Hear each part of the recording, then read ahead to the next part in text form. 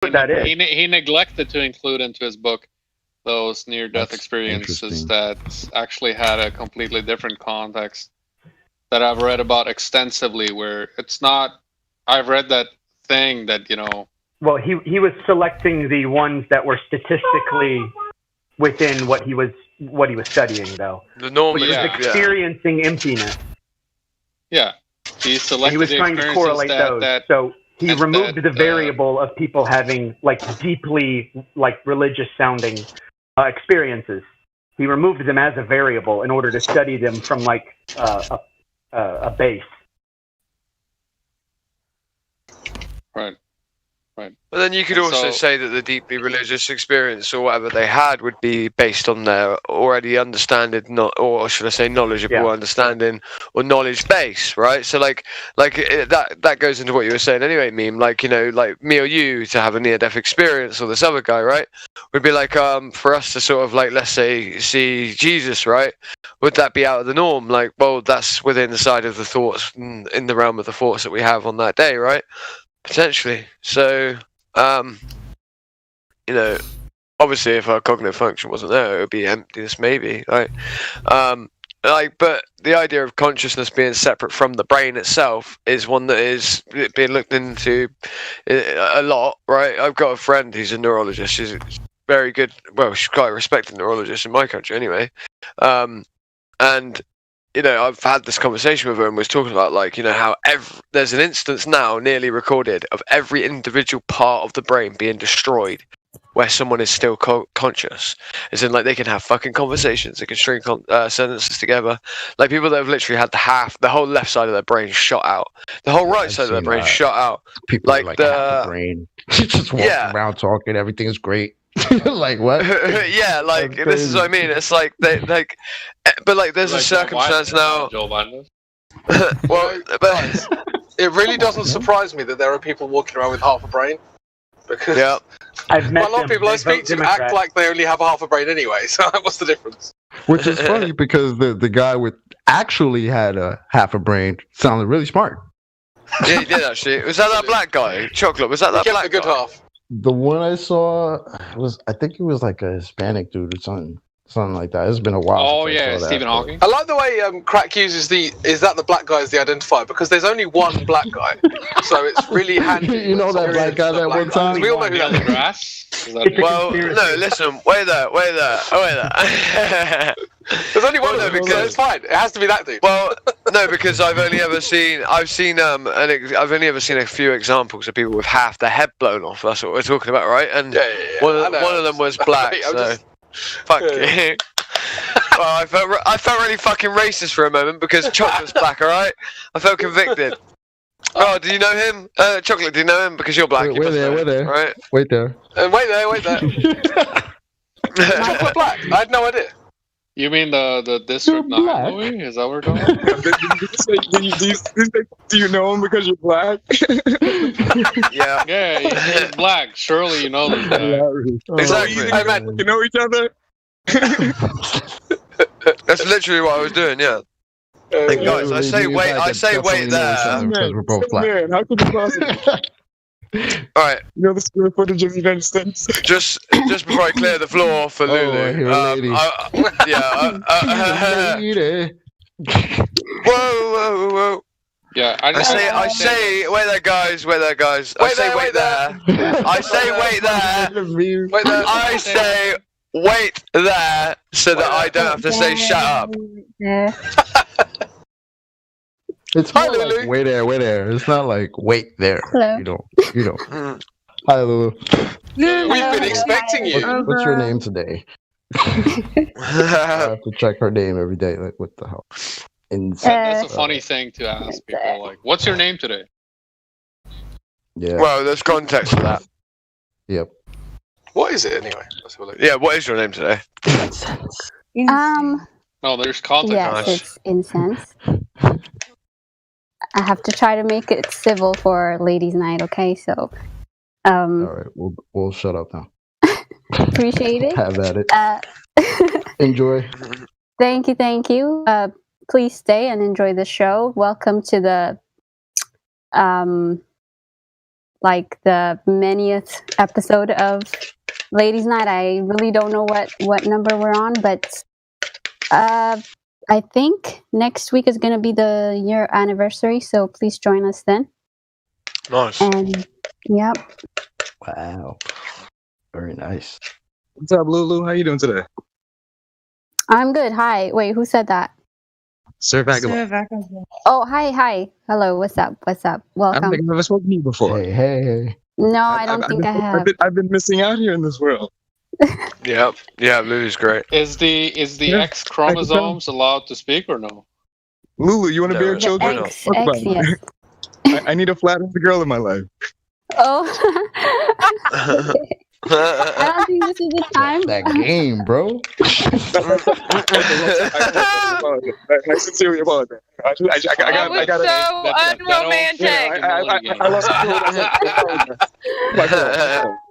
I take it back, but Okay. obviously, I know what I like. Obviously, Lulu, just ignore him and carry on. Just tell him to shut up and carry on. sorry. Yeah, Yeah, I'll shut up. Yeah, not another word. I promise. Hey, Not you another better word. be Are you- serious are you when you being make quiet offers right like now? that to the flatter ladies, Sir Vagabond. Don't be playing around with the flatter ladies, okay? Listen, I need a flatter lady in my life. You think I'm gonna? I thought you said the fatter ladies. I was gonna say, wow. Okay. Yeah. Fucking idiot out here? No way. Say more words about how you're staying quiet, like continuously. I know, right? All right. Thank you so much for coming, guys and girls, obviously. So let's start with. I'm gonna start from the bottom today, actually. Tricks Kit. Hello there, lady. Can you talk? Yes, hi. Hi. Hi, welcome.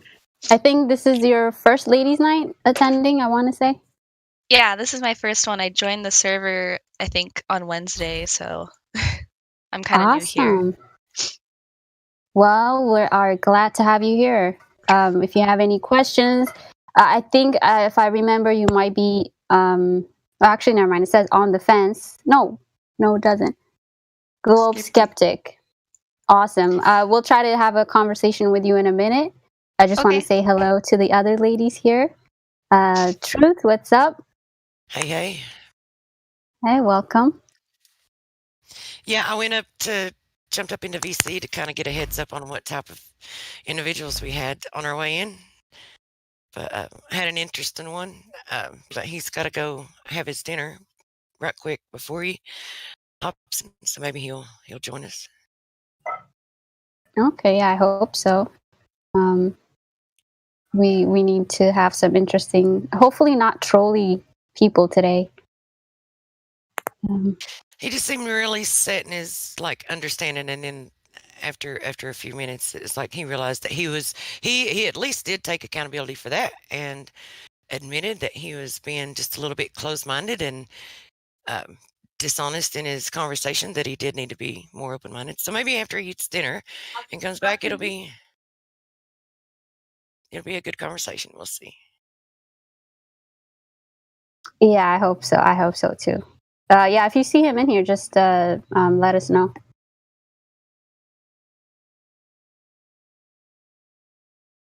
And hi, Sophia. Hi. Evening. Hi. Evening. Nice to see you here. Welcome. Thank you. Incense. What happened? Why incense? I don't know. I was putting on How some do you incense put them? earlier, so it's just random. Any random Oh. words that come in my head. And Well, of course, I really the enjoy mods' it. heads too. I am involuntarily changed at the time. So Of course. Well, I think tonight's gonna be a good one. yeah, I hope so. We shall see. Mm-hmm. All right, and okay, cool. I think she says she can't talk at the moment, but whenever you're able to, just hop in. And let's see, Level Up. Hello, nice to see you. Hey, what's up? Not much. What's going on? What's new? Not a whole lot, but sinus pressure because it decided to go from summer to winter the past week. Other than that, not bad. Oh, okay. Yeah. Where are you at? Ohio. Okay. Yeah, we had a snowstorm yesterday. I don't think it's ever stormed that late in April in Ohio. Okay. I guess they're right about global warming. Yeah. Yeah. Good one. I hope you feel better. Thanks. Just, yeah. I would give you advice on how to do stuff, but I don't want to take up time. Maybe later on. Like I'm sure you know basic ginger, all that stuff, right? So Yeah. Loading up on the supplements, and mostly I think it's allergy from the symptoms. It's just pressure, nothing else. No congestion or nothing. So it's probably allergies or just the weather changes. Sometimes that happens. Okay. Awesome. So heat and cold.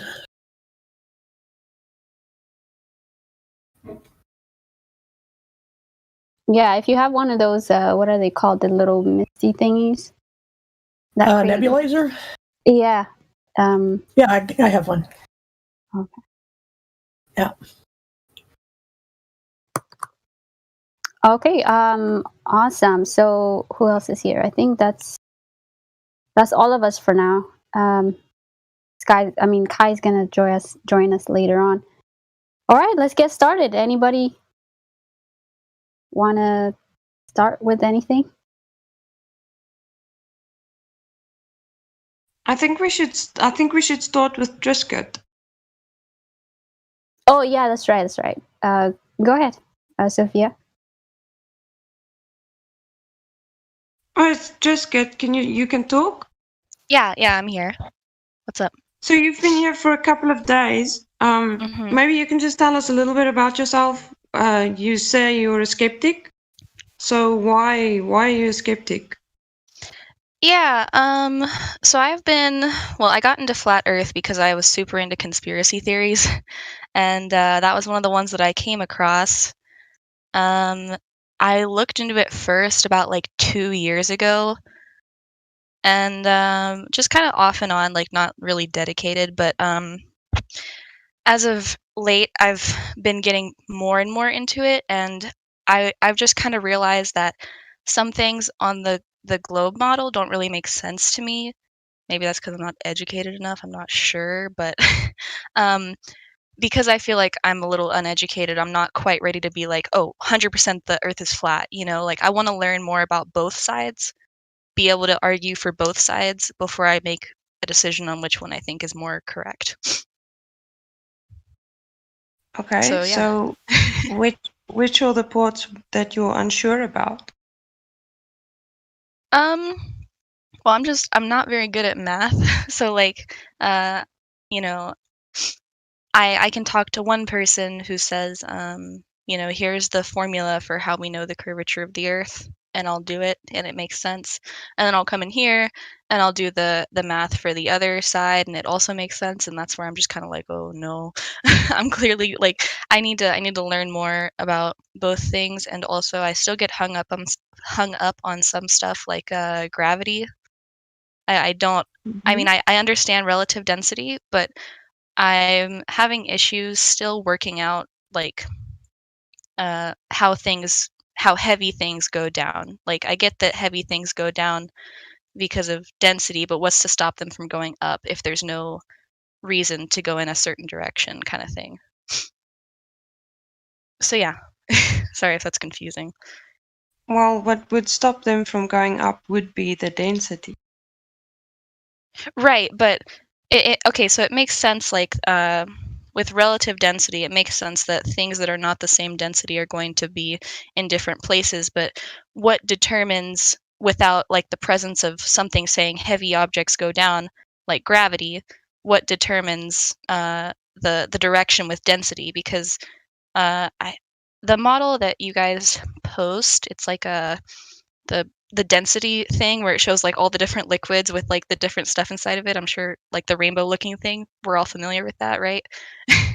I don't understand how without the presence of gravity, you could flip that upside down and it still would make sense. Gravity is the thing that tells us heavy objects go down.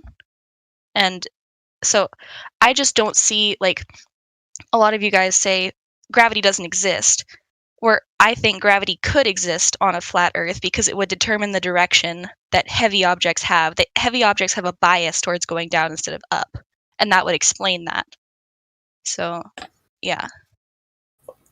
For me, the issue is what is gravity, because you can't test for it. You can only observe that things go a certain way. And there is, I would describe it as a vertical vector perpendicular to the ground. That's all we know for sure.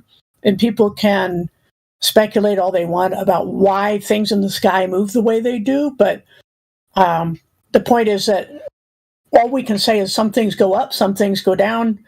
And whether they do what depends on the density of things nearby, because there's a lot of molecular bonds issues going on as well, depending on, the conditions. But gases, for example, go in all directions. They don't go just up or down. They'll go sideways. They'll go every angle.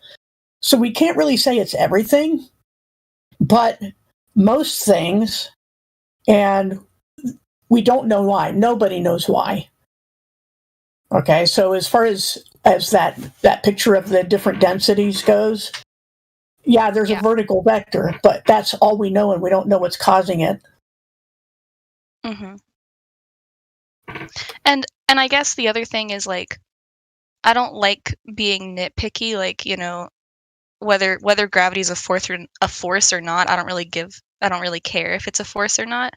I just see gravity as what makes us go to the ground. Like, something obviously is keeping us on the ground, and whether that's just how the world was designed or whatever, but like that's what I define as gravity, right? So, you're right, you can't really test it. You can't say for certain what gravity is, but you can see the effects of it. Right, you see the effects of it, and then they want to like bunch all of these different things that could be causing this single effect and call it gravity, because they need, see, what you got to understand is they need gravity. It's part of their story. They need gravity to make their story, like to try to help build their story. They need it for the Earth to pull together from like an explosion from nothing, and they need it to pull the Earth together to form it. But then if you need the gravity to form the Earth, yet the mass of the Earth is part of what causes the gravity, it's illogical to think, because it's circular reasoning. But they've never tested gravity, or they've never been able to identify gravity and isolate it and manipulate it. However, there have been other variables that they have been able to manipulate that can change where an object finds its equilibrium. They can change the density of the object. They can change the medium. They can change many different things within the medium. They can change the electrostatic nature or relationship between the both. They can change, totally remove the medium, and the object will find its equilibrium in a different spot. And they can change, you can manipulate the electromagnetic fields of nature of the object and the medium around it that will also affect it. But none of those things that have ever been manipulated, none of those is what they're saying gravity is. They're saying gravity is the bending and warping of space-time, which is a conceptual idea. How are you supposed to be able to prove that that is true? That's an unverifiable statement. It's an unverifiable claim, but they need it for the heliocentric model to exist. Yeah, I mean, I do agree for the most part with what you said. But like my issue is, so, I talk to you, right? And it makes sense the way that you put it. But then I go talk to somebody on the globe side, and what they say also makes sense to me. So like such as like one thing that the globe side says that actually makes sense when it comes to gravity. other than it's just a description of an effect that we are observing. Well, I mean, I don't know if I could give you a specific, but just like literally, you know, the opposite of what you said. Like they explain gravity and how gravity works, and they even admit we don't know for certain what gravity is, but we measure the effects, and so we gave it the name gravity. And that's what they tell me. And I don't see an issue with that, and I also don't see an issue with what you're saying. And so to me, this just feels like I have a huge lack of understanding about both sides, that I need to be able to argue for both sides before I can make a conclusion.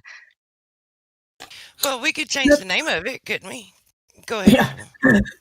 Yeah, that's the thing. It's great to have that attitude where you shouldn't form a conclusion until you've got at least a reasonable amount of data on both sides.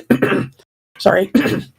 But at the same time, describing an effect isn't an explanation. I mean, they may say that gravity is the reason something happens, but that isn't. It doesn't even make sense, because gravity is an observation. So it's just something, things have this vertical vector, right? Except for gases.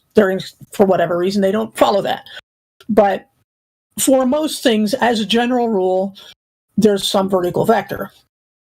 And the problem is, okay, we observe this, but that's all. And you can call it gravity, but the thing is that it can't be an explanation. It's just an observation. It's not, you can describe something with that, and that isn't saying that it answers any questions. All it does is say, put a label on something we see happen. You know what I'm saying? Right. And if that's all it was a description of an effect that we see, then that'd be fine. It's like, I mean, there wouldn't really be any contention in calling it that or giving it a name.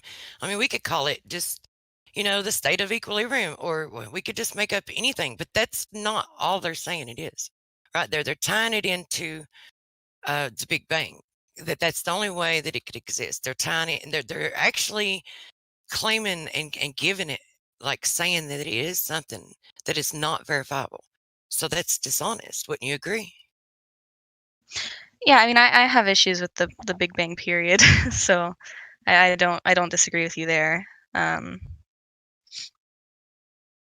I mean, to say that it is something and that it comes about a certain way when you can't verify that it does or it doesn't come about in the way that they say is dishonest, and that's the issue with it. Yeah, I mean, there's no way that they can 100% know what happened or how it happened, especially something that supposedly happened so long ago. Right, it's not an observation. It's a guess. Mm-hmm.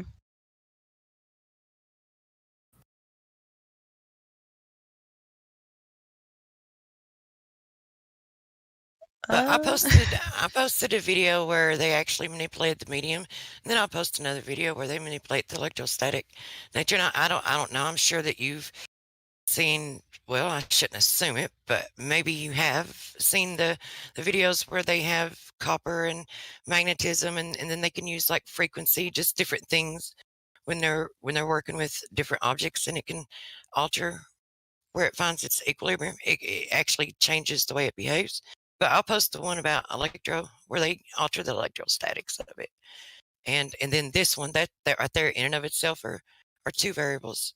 And you'll never find anything where they've done so-called gravity this way. Or the being of space-time where they've done either of those.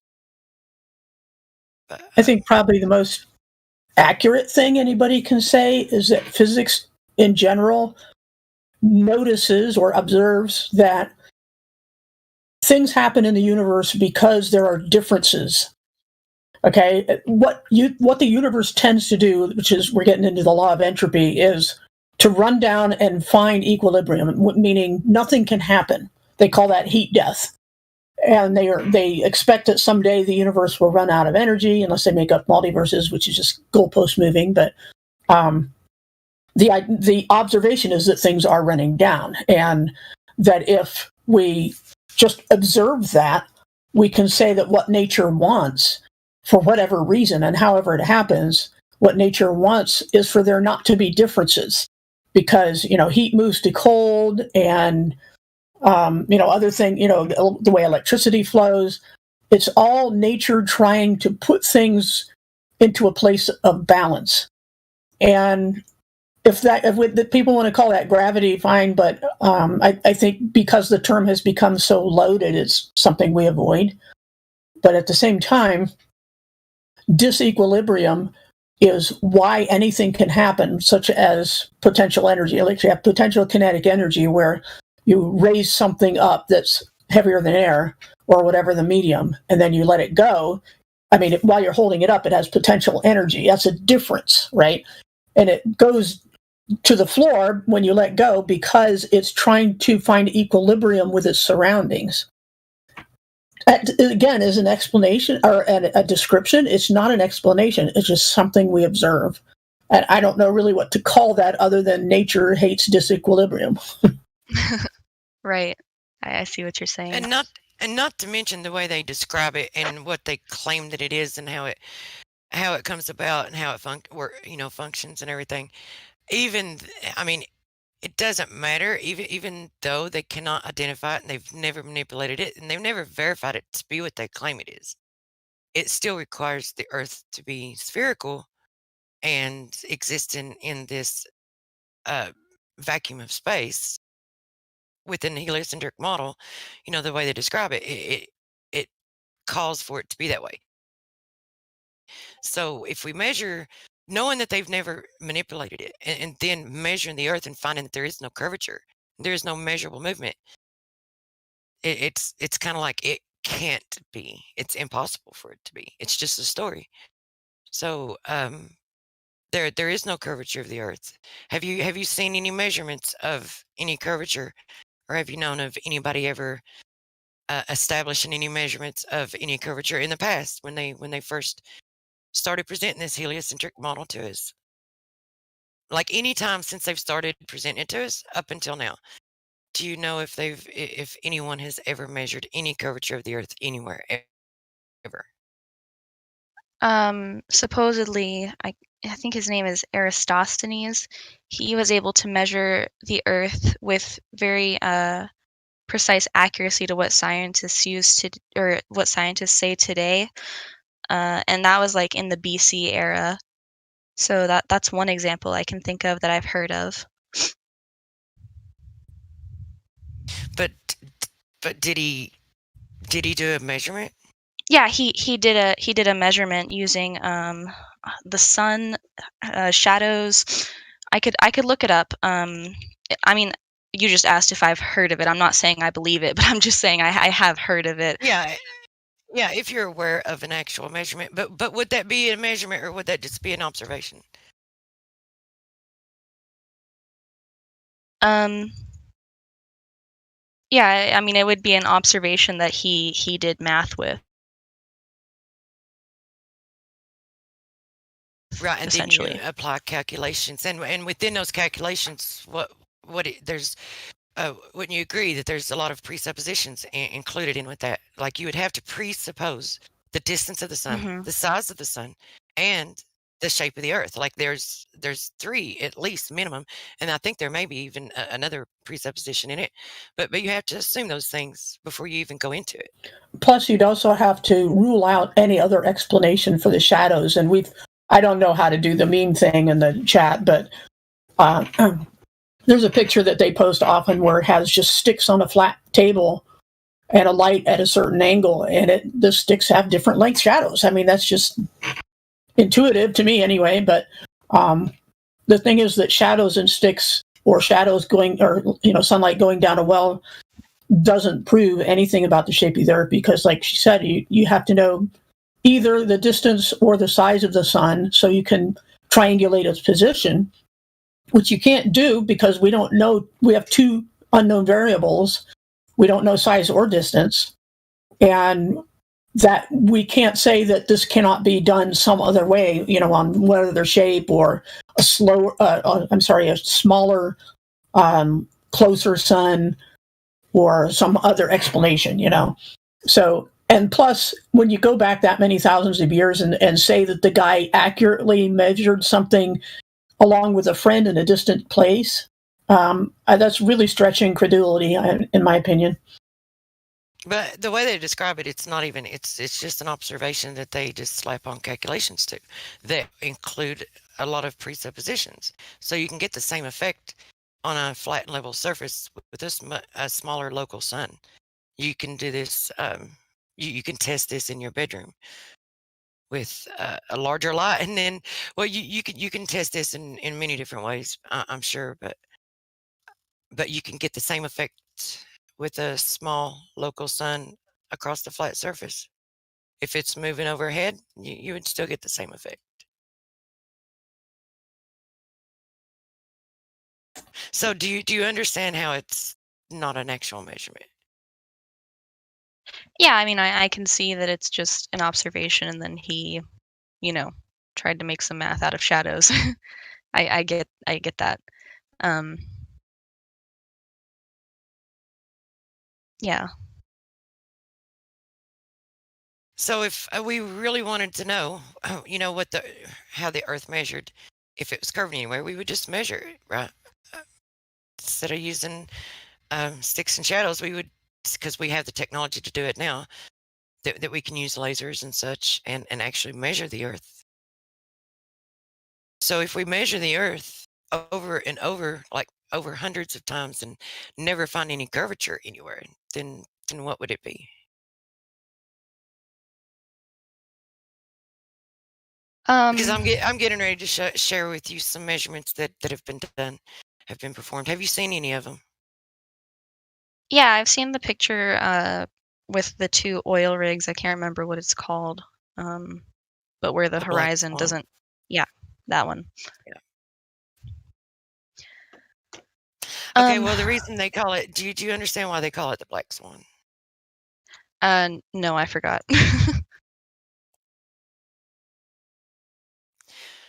Well, I don't know if anyone else wants to jump in. I don't just want to like keep on talking, but I can do that one if you want. okay, go ahead. Well, see, with the oil rigs, they're pretty far out. They're not obviously not over a curve because you can zoom in on them, right? And they're some distance apart, but we can see land behind them as well. But because of those oil rigs, we know their precise location, their distance from the shore. We can figure out whether they should be hidden by Earth curvature. And the fact that we can see the land behind them is telling us that even though they look distorted, we shouldn't see the land. If they were just mirages or, that's not very accurate, but refraction, that somehow light bends around the curve and you can see farther than you should. The land doesn't do that. It's just a makeshift excuse for saying, well, we can see farther than we should if it was the ball or the ball of the size they tell us. And so they just, ignore the land behind it and invent refraction just to have some excuse not to accept what we're seeing with multiple cameras and telescopes. And the fact that things don't go over a curve at all, and we, especially with like infrared photography, I forget what the record is now, but many hundreds of miles. 273, I think, somewhere around that. I'll post it. Yeah. I think it's 200. Which shouldn't be possible. I mean, I know I said I didn't want to keep talking, but I do kind of want to explain to her why they call it the Black Swan. Unless you want to, I can. Okay, well, there's the record photo that she's talking about. But the reason they call it the Black Swan is if all you ever see in your life are white swans, and you have this preconceived notion in your mind due to only seeing white swans that all swans are always white, and someone is making the argument to you and telling you that all swans are always white, then the day that you actually see a black swan, then that totally disproves their argument. Because if you see one black swan, just one, that's all it takes is just one, then that means that it's pretty conclusive that all swans are not white. So that's why it's called the Black Swan. Because if one time if you ever see the horizon extend beyond where they claim the geometric horizon is supposed to be, where the Earth is supposed to be curving away from you, if you see it extend beyond that one time, then that destroys their argument that the Earth is curving away at a certain distance. So that's why they call it the black swan. And now hush and let her continue. No, I didn't really have much to say other than that, like you said, it only takes one, but we've got many photos like that, whether it's, extreme record distances or things that we know the exact location of, such as those oil rigs. The fact is that there is no explanation for why we can see them at all. They should be hidden by physical obstruction of the Earth, or in this case, the ocean. And there they are with the land behind them. So how do we explain, there's been so many videos of people saying that, the horizon looks clear, there's nothing on it, and then you zoom in, you find a boat, you shouldn't be able to see. So the problem is that curvature is not observed. And everyone who says they've been high enough to see it has to be, first of all, over 120,000 feet, which is the highest as far as I know, 123,000 maybe for a hot air balloon that amateurs can put up, that isn't, some military op, that the Earth is perfectly flat from that altitude. So there's no way we're going to see it below that, because we can't even see it from a vantage point of 120,000 miles, or 20,000 feet. I'm sorry if I said miles, but feet above the surface, and it's still flat. So, in order to get farther than that away, you have to believe that the governments of the world are not lying when they say that they've put craft up there. And when you see the craft, you go, this looks like they use the phrase homeless tweaker shelter, like the moon landing with just, curtain rods and paper mache and no room for all the stuff it had to have in it. And, the roar of the engine when it was landing should have drowned out the voices, and it didn't. I'm not even going to chase that rabbit trail, but those are the people who are trying to tell us we went to the moon that are telling us the Earth is a ball. So their credibility is very, very suspect. And like I said, anybody who uses their own money and their own funding and doesn't have an agenda other than to break a record or something, finds out that no matter how high they go, it's flat. It's a pretty big piece of observation, I would say, worth considering. So you said you've seen the black swan. Do you understand the black swan? Has anyone went over it with you? Yeah, I mean, I understand it. Though. So do you understand where we should, where they, according to what they tell us, the size of the Earth, do you understand where we should see the horizon end and where it should never extend beyond? Yeah, I understand that, and I've looked at that and studied that, and I had somebody else walk me through it. Okay. Though, like every time somebody in here tells me something, I go to try to ask somebody from the other side, right? And what the person on the other side told me was they only ever do these kinds of things over water because it'll only work over water because of light refraction. Maybe it's because of topography too, and it's like if you're going to get rid of topography and you're going to try to see as far as you can and determine if it's level, like you would have to use water, because water is level, right? Water sticks its level, and they claim that more than 70% of the Earth is covered with water. Yeah, and so if it's a ball, it shouldn't be flat anywhere. Right.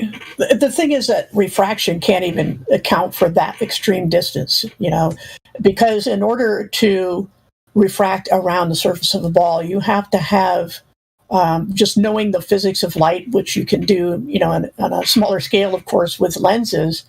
Light only refracts if it hits a solid object and bounces off, or it encounters a change in density, in which case it will refract toward the thicker part of that change. So in order to bend around a ball, the light would have to keep encountering changes in density as it goes along horizontally along the ground. it'll have to have columns of different densities of air. So it isn't, we have more pressure at the surface than we do higher up, but that's not the right direction for what you would need for refraction to explain that. And again, it wouldn't take the surface with it. It would, I guess you can quibble about that. But the thing is that just saying it's refraction isn't explaining anything. And there's a really good graphic. I was looking for that the other day that Truth Prevailed just posted. That's what you would have to have on the surface of the Earth, a bunch of vertical columns of different changes, different densities, in order to make that happen. And to happen over hundreds of miles is really, like I said, stretching credulity. And it would have to be consistent. It would have to be point on. I mean, it would have to be like spot on the money. I mean, they're hitting their target.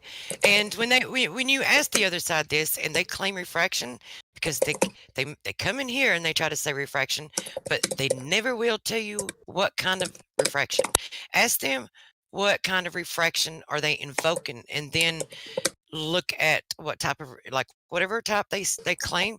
Just take a look at it and see if it's capable of making the horizon extend beyond, because refraction will affect the things on the horizon, but it will not affect the horizon. It will, you can have like lumen where it's not actually being loomed up. It just appears to, because it's actually casting the sky down, but it's still not changing you can still see where the horizon is. But next time that they do that, ask them to tell you which kind, because there's many different types of refraction. So ask them to tell you which type of refraction. Truth, I have a question. Yeah. I have a question for the nice lady. You said that they tell you that we only make measurements over the water, right? You said that? Yeah. So then do you have measurements over the land? That contradicts what we're doing? I don't have any measurements. I've never gone out and done anything for myself. We've taken measurements over the land and the water. The water is easier because it's there's no hills and dips, and no mountains. That's why it's better, because it's more level, right? Right. That's the only reason that we do water. But we've done land also. We've seen distant mountains where we should not, determining there's no curve. So Hey, why is there? Hey, why is there a guy talking? Why is there a guy talking? I thought this was ladies' night. Is it not? Yes. Yeah.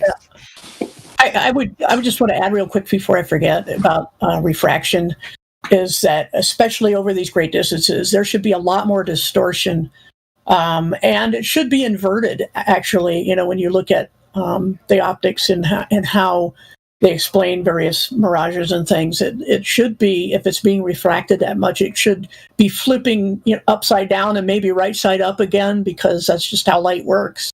So, but it's always consistently upright and looks for all the world like you're looking straight at it, which you are. So I would say at the very, very least that the burden of proof is on those that invoke refraction. And how in the world would you ever prove that in the real world, when not only do you not have these columns of lenses, basically, you can't have any way to control them so that because they're always changing. The atmospheric conditions, especially over even just 100 miles, is always changing. It's not static. It's fluid, and the images we should see that are refracted should be wavy and should be, constantly changing a little bit because of the optics, but yet they're rock steady.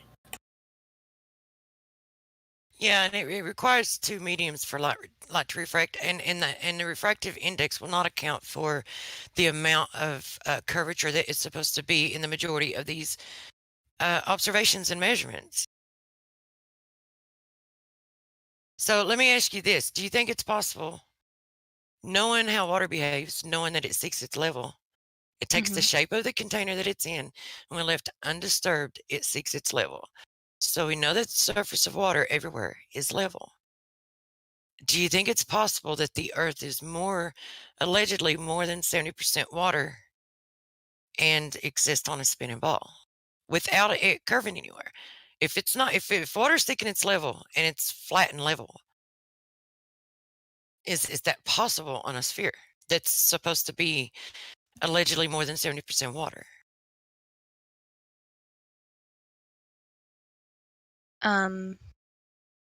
Well, in the context of gravity, yeah, it is possible. But how? I don't understand how anybody could conceive that. Because even So- if the thing that they're saying is holding the water, it would have to curve. Like it would be inevitable that it would be curving. Yeah, and so the argument is the Earth is big enough to have strong enough gravity to make water stick to it. But where do we observe it curving? We don't observe it curving anywhere. If it's not curving anywhere and what we observe it doing is seeking its level, then there's like they're making a claim that does not match our reality. Because Plus- we're never observing that to happen. Plus, we just said not long ago that gravity isn't a force, so why does it matter what size Earth is? And they also give us the size that they claim it is, and we can test that claim through measurements. Yeah, I'm sorry. I wanted to say the same thing as you did. Level up. I thought you guys went over gravity not really working, so it doesn't matter how big it is. Sorry, carry on. Yeah, there's no mass attracting mass. They gave that up over 100 years ago. Wait, there's no mass attracting mass. What do you mean they gave that up? That was Newtonian, and by the time of Einstein, that was abandoned in favor of the curvature of space-time. They're both hogwash, but the point is that mainstream science says that gravity is not mass attracting mass. But they do claim that every object has gravity. Well, they're claiming a contradiction then from their own statements. How would every object have gravity? Do I have my own gravity? According to science, yeah, you do. Like I just want to say I'm not like buying this stuff. I'm just letting you guys know, like, I don't have a position on it, but I'm just letting you know what I get told by people on the other side, right? And so they tell me that every object has gravity, including us, yes. So whenever you jump up, like the gravity pulls you back down to the earth, but you move Earth by like 0.0000001% because you have your own gravity. Yeah, that's the mass attracting mass BS. Yeah. But yeah, And so again, that it has never surprises been me. proven. Yeah, I know. Unfortunately, they teach that in school to like people that are. This is like physics 101. They would teach you that, but then when you go off into college and you go more in depth with physics, they're like, oh, the stuff that we taught you earlier. Don't worry about that. Just put that aside. We're going to teach you something new now, because that was debunked or left alone like 100 years ago, basically. Yeah, superseded. And I honestly believe that they did that because they know that mass attracting mass it's a testable thing. We can try to test it, and we can obviously never observe it happening in reality. We can never observe mass being attracted to another mass unless it's electromagnetic in nature. And I honestly believe that they came up with this bending and warping of space-time because it's non-tangible. It's something that we can't test. We can't see it. It's not anything that we can observe. It doesn't, contort to our reality. It's not part of our reality. Yeah, bending space-time is A, moving the goalpost. It didn't explain anything. And B, space and time are concepts. I mean, space is, basically emptiness, the lack of stuff. And time is just a perception, and you can't bend it or travel it. So bending space-time might as well say unicorns breathing is what causes things to do what they do. It's every bit as scientific to say that. So just a quick question, because I've been listening for a while, and Tris, are you like, what is your position as far as maybe you guys went over it and I missed it, but what is your position as far as the shape of the Earth? Are you still on the fence, or are you more leaning towards that it is not a globe, or where do you stand? I'm definitely. I personally don't Mm. I guess I'm just so in the middle that I can't even answer that question for you because I mean, I see ways that it can and can't be a globe, and I see ways that it can and can't be a flat plane. And Such as? well, I mean, you have people in the ISS who claim that up there they can see the curve, and then they come down and they still claim they saw the curve. And you can even take your own telescope and zoom in and see the ISS in space. So, like, are all the? I mean, yeah. I'm not saying that I'm dumb enough to think that people can't be liars, but you know, these are quite a handful of people. And, Okay, so putting aside what people say, right? Putting aside what astronauts say, whatever, the heliocentric model, the same questions like what can we as the average Joe do to verify that it's a globe? And most of them would say, oh yeah, you know, build a rocket ship and go up there and see it yourself. So that's outside of our limit. However, with flat Earth, you can go out there, measure, you know, especially to falsify the globe, you can just measure the supposed curvature that's supposed to be there, and I think that's what they went over with you earlier with the black swan. Those are examples of how to measure flat Earth, basically. And there's been laser tests. There's been multiple observation pictures from non-flat earthers of great distances. So these are all things that you can do yourself to measure, you know, and observe the flat Earth. And everybody in the world observes, measures, and experiences the same thing. I'm sorry, not measures, but everybody observes and experiences the same thing: a flat, motionless plane. So you just have to think about, like, okay, if I can do all these things to verify one side, however, I have to take the words of others to know or to believe that it's a globe, then which one would you rather do? Is basically how most of us come to the conclusion.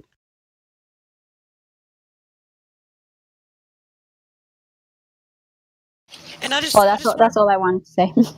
I just wanted to point something out too, so that you can, like, make sure there's an awareness of it within you. You know, all of the when you talk about all the claims that they make, and they're even if you want to call it a so-called argument, right? It's like if you all of the claims that they make and all the answers that you get, they're non-verifiable, they're non-testable, they're conceptual, or they're fallacious. But when we explain something to you about how those claims can't be true, aren't true, and have been verified to be false in other cases, such as measurements of the Earth, we can offer something and present it to you and show you something to back it up. And those things that we offer you, you can actually go out and test and verify for yourself. All of the claims that they give you to try to prop up their story, you can't do that with them. So are we supposed to just trust them and have faith? That sounds to me more like a religion. And we have plenty of evidence to, like, come to the conclusion that their crap that they give us is fake. Like, there's a lot of fakery, a lot of trickery, a lot of, and we just posted a ton of stuff, right, to reveal how fake it is. But regardless, we can't, like Lou was saying, we can't, or Incense was saying, we can't test it, we can't verify it, we can't go to the ISS. But we can see all their trickery, and we cannot see all their fakery. We can measure the Earth, and we can, you know, provide those measurements and the observations, and no one can demonstrate gas pressure without a container, which would be required for it to exist as such in order for us to have the Earth existing in the way that they claim it is, adjacent to a 10 to the negative 17 torr pressure, to be a medium in, you know, with which we can travel to. You know, it would have to be. They even claim it's an open system. No one can demonstrate that that's possible. So do you understand how? Do you see the? It's like how illogical it is to just believe it, right? Everything that they give you and everything that they hand you, you cannot test and verify. You can't check it out. The only thing you can do is you can measure the Earth, and you can see if you can observe gas being contained without a container in in nature. See if you can observe that happening anywhere, and then see if you can detect or observe or measure any movement of the Earth either. It's like, see what I mean, though? How you can't. It's like everything that they give you. It's all a story that you can't test, I would also like to. and everything I you was can just hear, you gonna can't verify. But go ahead, Beta Sigma. Yeah, sorry. And I also like to add on is most Globers I've heard talk or try to prove wrong always say I believe. So I mean they don't show no solid evidence but every other person that's a flat earther shows solid evidence, and you can go do it like you said. I was just going to add that one picture of, well, it's a video thumbnail of the ISS. What a nightmare electrically. I mean, if you go inside a submarine or even a jet or something like that, you won't find a rat's nest of wires sticking out everywhere. I mean, the chances of static electricity just setting the whole thing on fire are so high. That's such terrible design. I can't believe anybody would do that. I think they're just trying to make it look techy, It's just one of the things. Always be, challenging what you're seeing and pay attention to the details, because, on either side, people can just make something up or they can distort a video or whatever it is. But in the end, you got to say, when official organizations, whether it's coming from the media or NASA or whatever, are showing you pictures like that on the inside of a space station, which by itself, how do you get electrical grounding when you're not on the ground like that, way out there where they're supposed to be? To have those exposed wires, they're just loose all over the place, is such an electrical nightmare. I just, they're just counting on people either not knowing that or not ever having just put two and two together like any other advanced aircraft or submarine or anything like that. Never do you have that rat's nest of wires in there. That's just one little thing you can look at.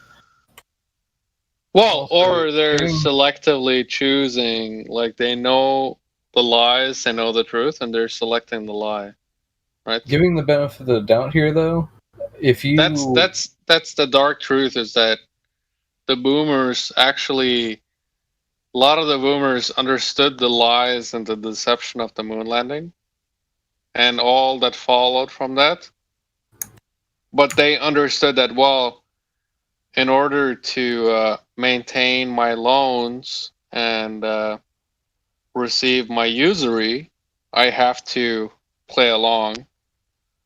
And so they actually took that to heart, and they actually accepted the lie, and they integrated the lie into their own lives. Oh, I think. Go for it. But what do you think about that? I mean, how does that sit with you to know that the only thing? It feels bad. Feels real bad. Not you, honey. Her. I know how it sits with you. Well, I don't know. I was assuming, but anyway, I was asking her, how does that sit with you? That everything that they're using to provide to you evidence that the Earth, it's like it's all either you can see the CGI and you can see the fakery, and none of it is verifiable. You can't test it. You just have to take their word on it. And everything that you can look into and can test conflicts with everything that they're telling you.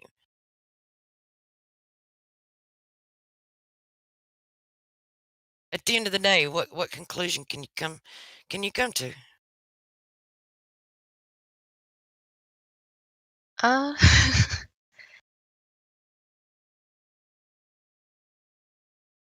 I can come to the conclusion that I don't know. That's what I come to personally. Well, that would be an honest conclusion to come to, but it would like raise a bunch of red flags, and I would be like on a mission for investigation to determine it for myself. I would want to know within myself. I would want to know if I'm just saying from my perspective, and I guess I'm asking you about your perspective. Mm-hmm. I mean, I do wanna know, um, but I just, if I don't feel like I'm understanding of stuff, then I'm not gonna go out and make conclusions. Like the tests that you guys show, I'm not saying that I think they're wrong, but I'd like to go out like with my own camera and watch a boat go over the sea and see what I observe myself. Right, when it And seems to disappear because it appears as if it's going over a curvature, that would be an awesome way for you to make your own observation. See if you can bring it back into view. If you can bring it back into view, what will that tell you?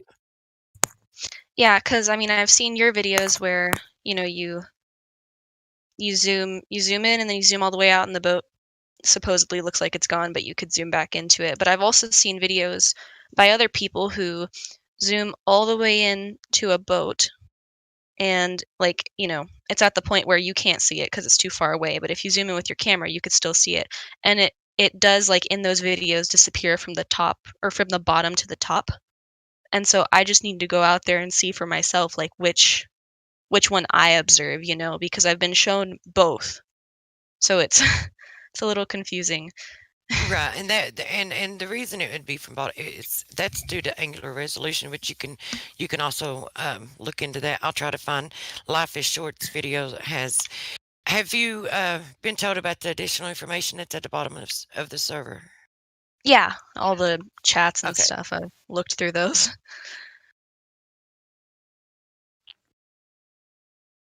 Yeah, just and when you do that, look, it's not just that you can bring it back into view.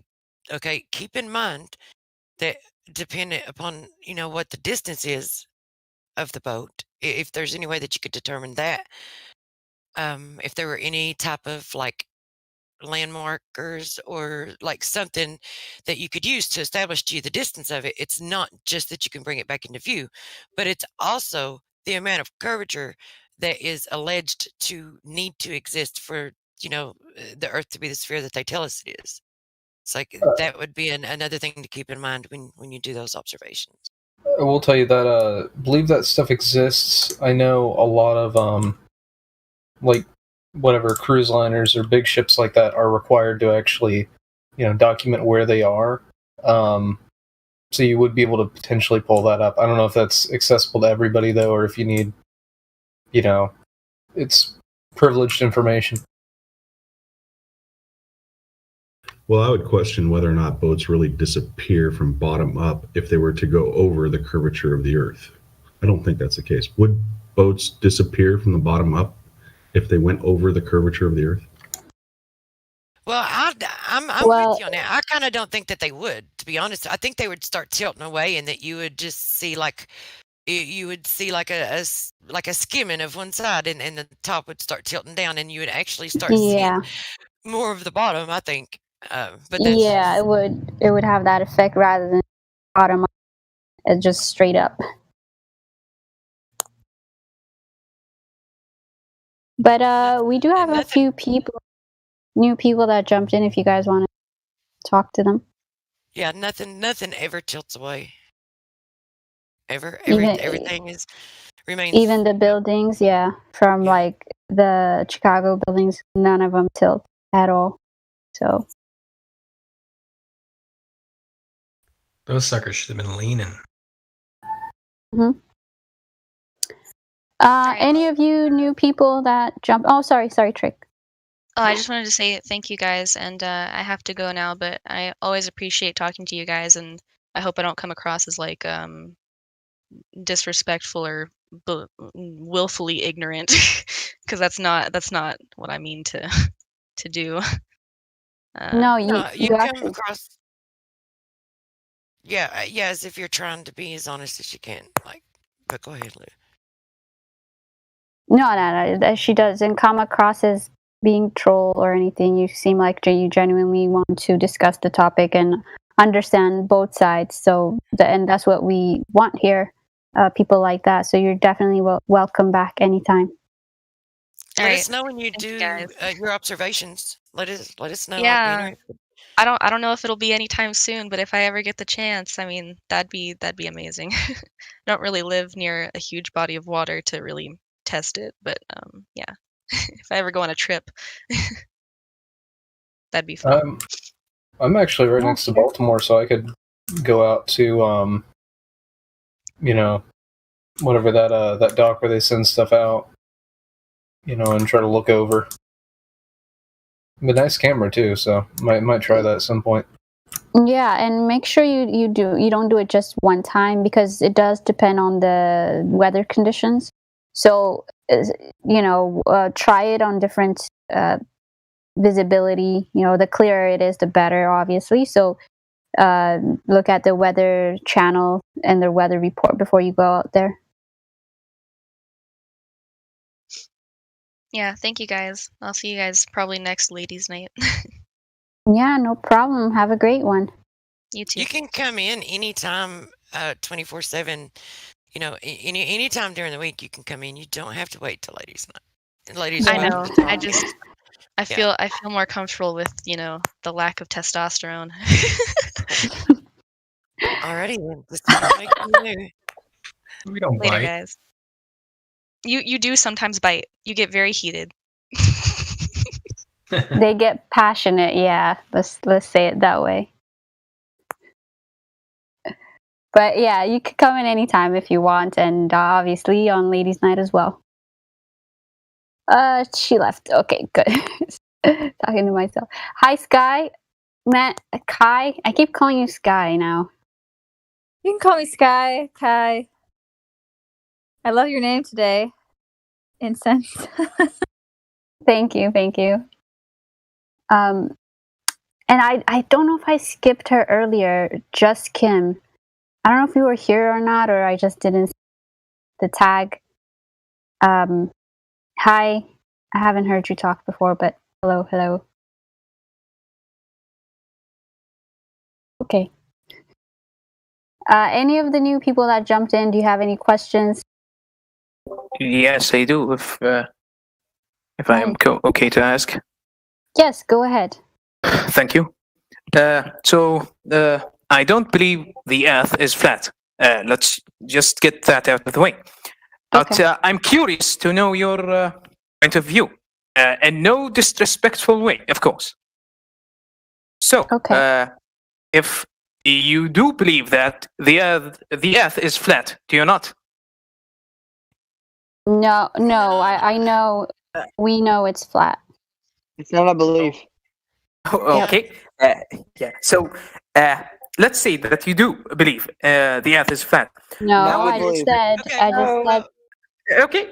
It's okay. not a belief. Understand. Listen. You know that the Earth is flat. All right. I will give you that. Can we? Oh, hang on. Can we ask you a question? Since you just asked us one, and you made a statement, and I want to ask you a question about the statement that you made, if that's all right with you, because you made a statement that you believe that the Earth is not flat and that it's spherical. So, what is the thing that makes you believe that it's spherical? I mean, personally, I haven't seen the Earth, obviously, but ever since I grew up, everything I saw indicates that the Earth is flat. Sorry, come again? No, you go on. Okay, so I mean, where did the Earth is flat thing emerge from? Like up until I was in my teen years, I haven't even heard about the entire flat Earth theory. So where did it come from? Like, did the ancient civilization had anything about that documented, perhaps? Where are you from? What is that accent? I'm from. Country. I'm an Arab, but I live in the United States. Where are you from? I'm sorry. I mean, where's your accent? Like, not where you're living, but your background. I'm an Arab. Oh, okay. Arab. Oh, okay. Okay. So I just wanted to correct you on one thing. You said you've never seen the Earth, which, Yes. unless are you medically blind? No, I can. I wear glasses, but I can see all right. Okay, then you've seen the Earth. Everybody's seen the Earth, unless, like I said, it's medically blind. You go outside, you see the Earth. That's it's just the thing. But When I said the Earth, sorry, interrupt. I meant the entire planet, not just the Earth I walk on every day. yeah, I know. I was just messing with you a little bit there. Okay. Okay, I'm sorry. Yeah. So did he answer your question, Truth? Oh, why he believes it's a? I was trying to gather it, and then I got like distracted there for a second. But I don't think that he did. I think that he said that things that he's seen. But and I said such as, and I was waiting on him to tell me the things that he's seen that tells him that the Earth is a sphere. Like, for instance, when you're at the beach, you will see it's far away, and you can barely see the top of the ship. That means the ship was over the horizon. So, if the Earth was flat, I mean, it would, no matter how far it is, it would look. I can still see the entire of the ship, not just the barely the top. If you get what I mean. Kind of like this gift that I just posted, right? If you where? click on it, if you click channel? on it, you can. It's in the live stream voice text, which everybody that's in the voice channel should be following along in the live stream voice text. Oh, sorry, I wasn't there. Here, I tagged you. Just click on. Oh, okay.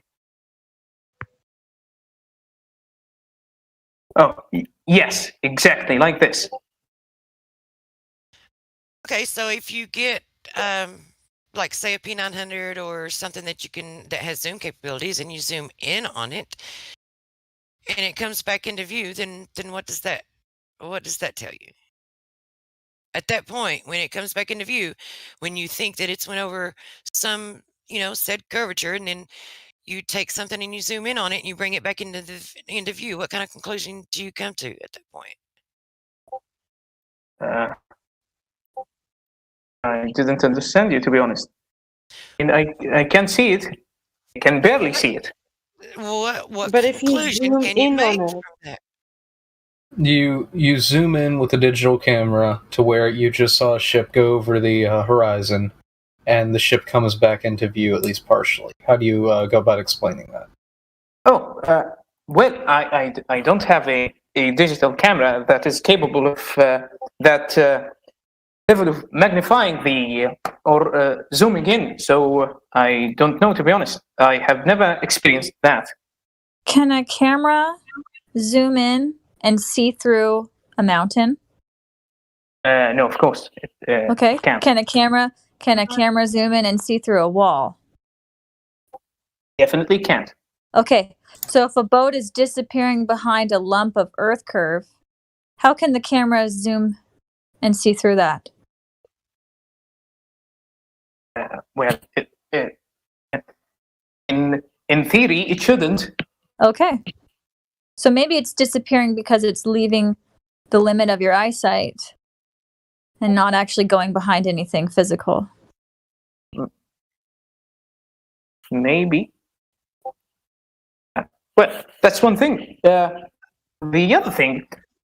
Wait. I was just going to say, if that's the thing, if that's the observation that you've made that tells you that the Earth is a sphere, and other people are sharing observations with you where they see the same thing, but then yet they use zoom capability and they bring it back into view, then the honest conclusion to come to is that it's not going over some curve. So if that was the reason for you thinking that the Earth is spherical, where do you go from there? That's one reason. The other reason is, or I have in mind, is the entire time zones thing. How would you explain the time zones? Wait a minute. hold on. Wait. Okay. Are we done with the curvature? Are you asking he, me? he kind of sort of conceded to it, but then because he was like, well, that's just one thing, and then moved on to, a But different. yeah, that's a big thing, bro. That's like basically the main thing for a ball. If you don't have curvature, you got nothing. So you need to deal with this first before you go on asking about the sun, the time zone, or whatever. I see. Yeah. So let's go back to the boat and. Okay. So if you see the boat, like Kai explained to you, you're not supposed to see the boat over the after a certain limit because of the supposed curvature. But when you do see it, and it is because of your eye limitation, then what is your explanation for that? I mean, yeah, I want to know what your explanation for that is.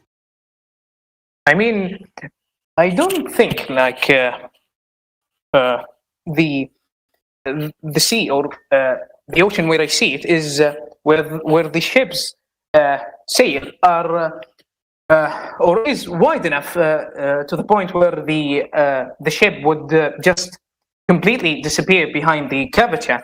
So that's why the remains of the top of the ship only appears from far away. No, did you not see where you see the whole boat when people are zooming in with their cameras or binoculars or whatever? You bring back the whole ship. So depending on the weather condition, right? You can see further and further and further away. Sometimes the ship disappears like 10 feet away from you because it might be a foggy day or something, right? So do you think it just might have to do with weather conditions and perspective rather than the curvature of the Earth? I mean, the yes, definitely. I mean, the weather can contribute to that. I mean, if we are having a foggy day, then definitely the ship wouldn't be as clear as or as visible during a clear day. So yeah. Okay, so then it's not the curvature of the Earth. It has nothing to do with that. Do you know of any measurement ever where they've measured Earth curve? No, not specifically. Okay, so do you know of any measurement anywhere ever where they've measured Earth rotation, Earth movement? No, I don't. Okay, do you know of any demonstration? Do you believe that? Okay, so how would we determine whether or not what they claim as the vacuum of space, which is a near perfect vacuum, 10 to the negative 17 torr pressure, exists adjacent to our atmosphere, being an open system, a medium that we can travel to? Sorry, what was your question? Okay, gas pressure. We have atmosphere, right? We have gas pressure. That's our atmosphere. Yes. Okay. Can that exist next to a 10 to the negative 17 torr pressure without a container? And if it can you demonstrate to me how it can? Or if anyone ever has? I don't know, and I can't explain, to be honest. Okay, so you don't know of any measurement, you don't know of any axial rotation, and you don't know of any demonstration of how it could be possible that we have pressurized gas for an atmosphere adjacent to a 10 to the negative 17 torr pressure. So pretty much it's just a belief. You just believe these things with no evidence and no reason to believe it. Pretty much. Alrighty then. Okay, so you came in here saying that we believe the flat Earth, but in actuality, you believe the globe Earth, and we have proof, we have measurements, we have experience, observation, and so if you would like to hear that, we can present to you of how and why we know the Earth is flat. Yes, that's the very reason I joined the server to begin with. So yeah, I'm more than willing to see that. Awesome. Sorry, I was gonna say truth. That was the fastest 3 points I've heard anybody do. By the way. That It was just a moment for it, and it was the time for it because, yeah, with where he was at in the conversation. I was just Yeah. going to ask him, do you know what they claim that the size of the Earth should be? Like what they're claiming that it is? It's a definitive number. Do you know what that number is? No, I don't. To be honest, I'm not a professional, really. I'm just really a. I've always doubted the entire flat. Not doubted. I never believed it. To be honest, the entire flat Earth thing, and in fact, I have always found it ridiculous. Sorry, no offense. So instead, I would like to know your point of view or your theory or your explanation to the entire thing. That's understandable because that's how they paint it as, right? That's the narrative they put out. That's what it's the social engineering and all the media and everything, and how they control the narrative and information is why everybody thinks it's ridiculous, including myself when I first heard of it, and pretty much all of us in here, felt the same way and thought the same thing when we first came into it. That's how we all exist on this server. Is everybody wanted to go and prove that it's a sphere and prove that it's curving, and pretty much establish to ourselves that it's flat and level. Does anybody want to take up the torch of teaching him his globe model, since he knows nothing about it and just believes? Oh, where to start? That's the thing. I mean, if you have some resources, and I really wouldn't waste your time, I would look at them and discuss them with another day. I don't really want to waste your time. So if you, it won't be a waste. Look, okay, so the size of the Earth, they claim it's 24,901 miles in circumference. Okay. And that gives us a radius of 3,949 miles. Okay, with that radius, you can determine where the curvature should be. And they even provide online, if you Google it, you can find an Earth curve calculator. And you can put in your numbers of the observer height and the distance that you're looking at. And if it doesn't allow you to put in the observer height, then find a different one, because you really need to be able to put in your observer height. Some of them don't, some of them do. But you need to be able to put in your observer height. And the object that you're looking at, you need to put in the distance, and it will tell you how much of a drop rate, how much of a curvature, how much the Earth should have curved away from where you're at the distance that you're looking. It will tell you how much the Earth should have curved away. Oh, okay. Okay, so that's the circumference, and that's the radius, and that's a tool that you can use. What was the name of the tool again? It's Earth Curve Calculator. You can Google it. Okay. I'll post one in the live stream for you to look at if you want to refer to it.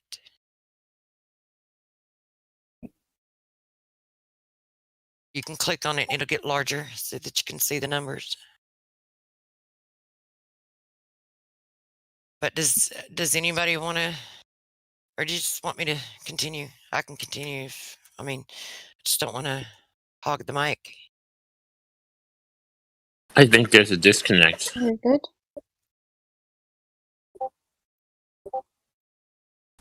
He didn't confirm that we answered his distant boat. Okay, so here's an observation, the Black Swan observation.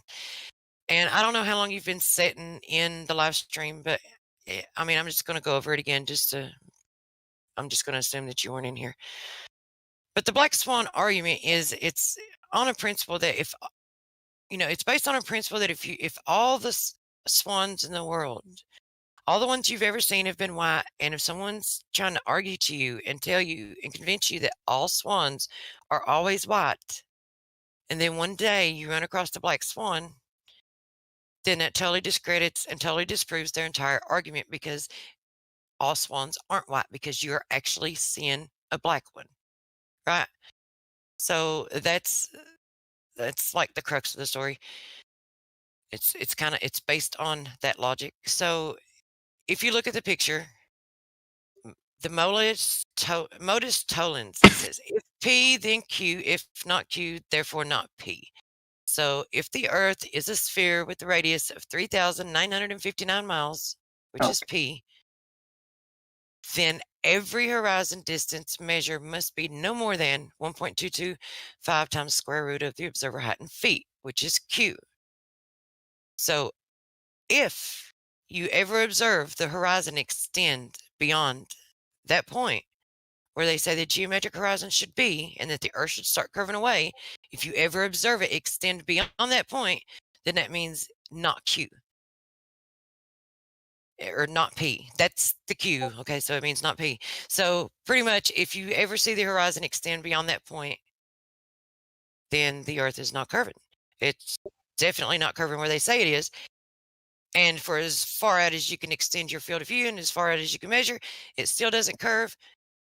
So, and even with this, right, with this one observation, even though we have many that are much further, with this one observation, it would have to, like, if the Earth were curving where we do see the horizon, then it would have to, the radius would have to be 10 times what they claim it is. Oh, so the measurements don't add up. But the measurements, for those who believe the Earth is a sphere, don't really add up, or aren't really compatible with each other. Okay, so you're looking at the Black Swan image. Yes. Okay, click on it and make it larger so that you can see it better, if you don't mind. Because I really want you to see this horizon. Okay? Now, Yeah, the only I'm reason looking at it now. All right, the only reason these oil rigs are in this are for distance markers, right? It's to mark the distance, how far it is. So one is 6.21 miles, the other is 9.41 miles. Yes. The observer is 1 foot off of the ground. So can you tell me where you see the horizon in this? As the observer, Where do you see the horizon at in that photo? and the 9.41 miles. Do you see it there or behind it or Behind it, yes. Okay. Yes, behind it. So we can fairly and honestly and safely say that it's at the very minimum 10 miles out, right? More than 10 miles out. Yeah. Okay. So according to their maths, according to the size they claim that the Earth is, at 1 foot observer height, we should not see it extend beyond 1.22 miles. Now, if you see it extending 10 plus miles out, then what does that tell you? What logical conclusion can you come to at that point? If you're expecting to see the horizon at 1.22 miles and you don't, and you see it extend 10 plus miles out.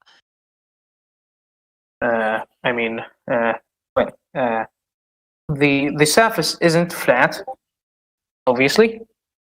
No, I'm asking you what conclusion can you come to at that point? Like what do you deduce from that?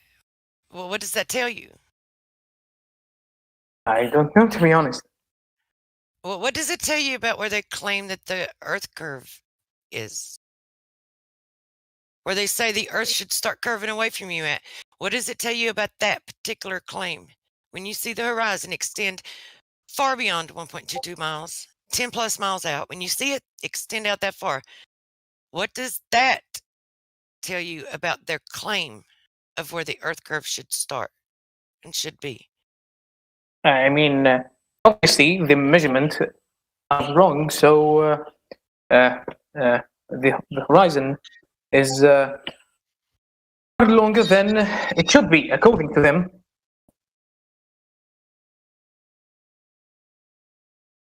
Right. So it's not curving, right? It means that it's not curving where they claim it is.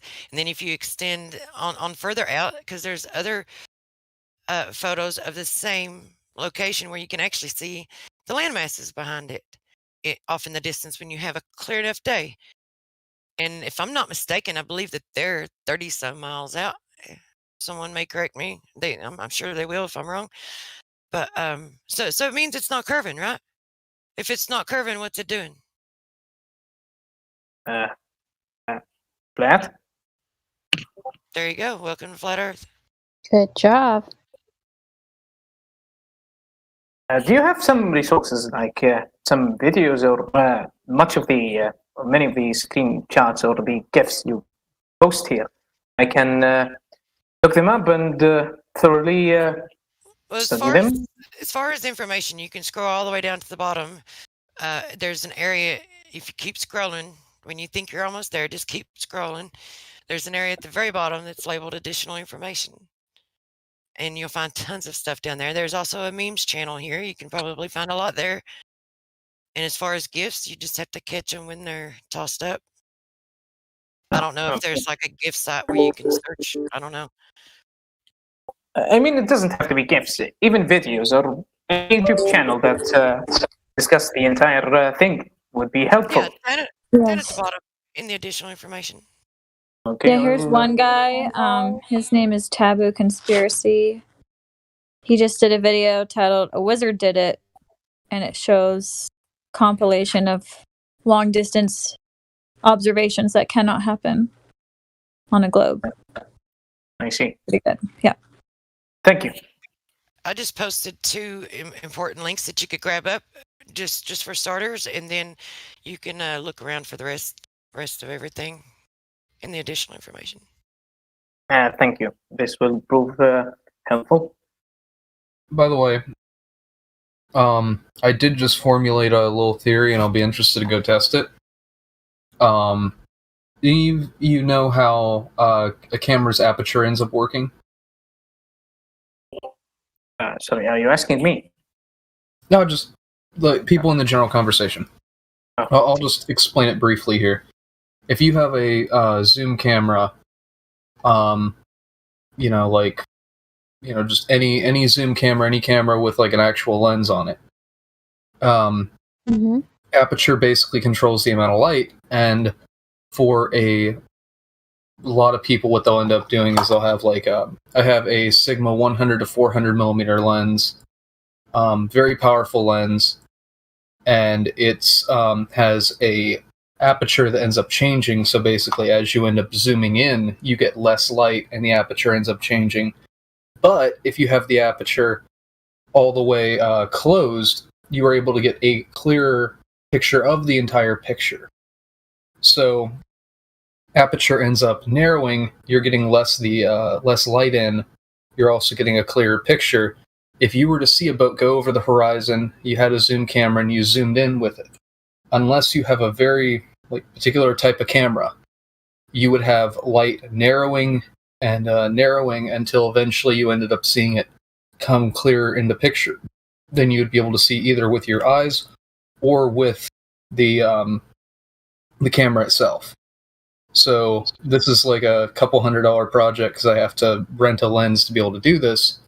But next time I have one, I'll go ahead and do it. I have to rent like a $2,000 lens for it to be able to get a clear distinction. What are you? Well, what are you doing? he's trying he's trying to have control of the light or whatever, from what I understand. I'm not a photographer, so I don't really understand it, but for the average Joe that can't afford to rent a $2,000 lens, we try to promote people to encourage them to do it themselves, but we don't want to tell them to do it when go rent $2,000 lens and then do it. It's better to just wait for like a clear day and do it. No. That's not the issue. The issue is you're not getting you don't have complete control of your variables. So but like 2,000, I think it might even be a little bit more expensive than that lens, like one of the professional Sigma ones or one of the professional G Master Canon. You're going to keep your aperture throughout your entire point of zoom. If you have one like the one I have, it ends up being a third of the price, but it doesn't have a fixed aperture, so you end up changing the way the light is perceived as you end up zooming. So you'll end up zooming, you'll lose the light, and it will basically make the picture become more visible. But, for what I do, nature photography, where I'm under foliage, I get that. I appreciate you sharing that with us. And whenever you do an observation or whatever in regards to flat Earth, I would be happy to see it. But from what I understand and from what I gather, just about any smartphone, any or a Nikon P900, or like you can actually get enough zoom to like debunk this claim and to bring a boat back into view.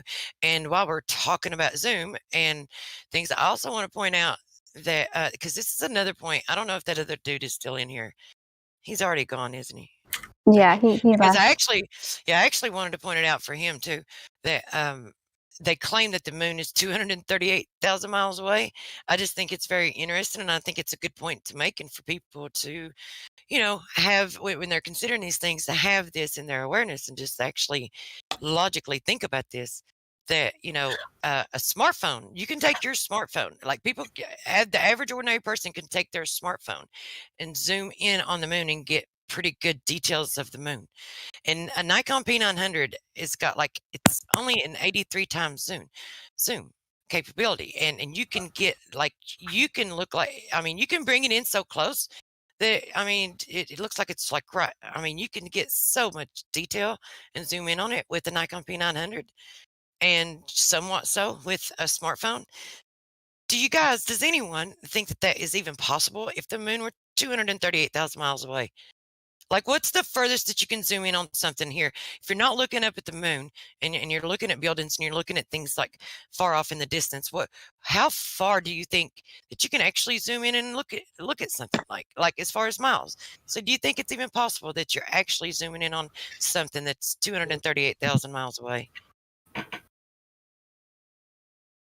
So, yeah. I'm Not to finished. mention also, just real quick, that with the P900 has a moon setting, and for some odd reason, it works exactly the same for the sun. If I set moon setting and I point at the sun instead, works perfectly fine. That doesn't make sense either, especially when they're supposed to. Yeah, you get the miraculous size difference that makes them look the same in the sky, but the camera doesn't know what it's looking at. So when you zoom in on, or you set it on the moon setting, and you point it at the moon if the moon is up, and it basically fills the screen, right? Fills the frame. Then point it at the sun, it'll do the same thing.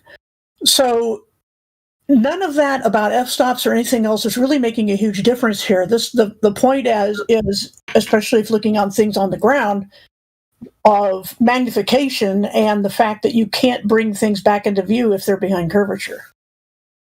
I've actually got a video. I forgot that I had found his channel, and I had actually looked through all of his videos and found this one because I always refer to it. So I've actually got something to post for you and share with you.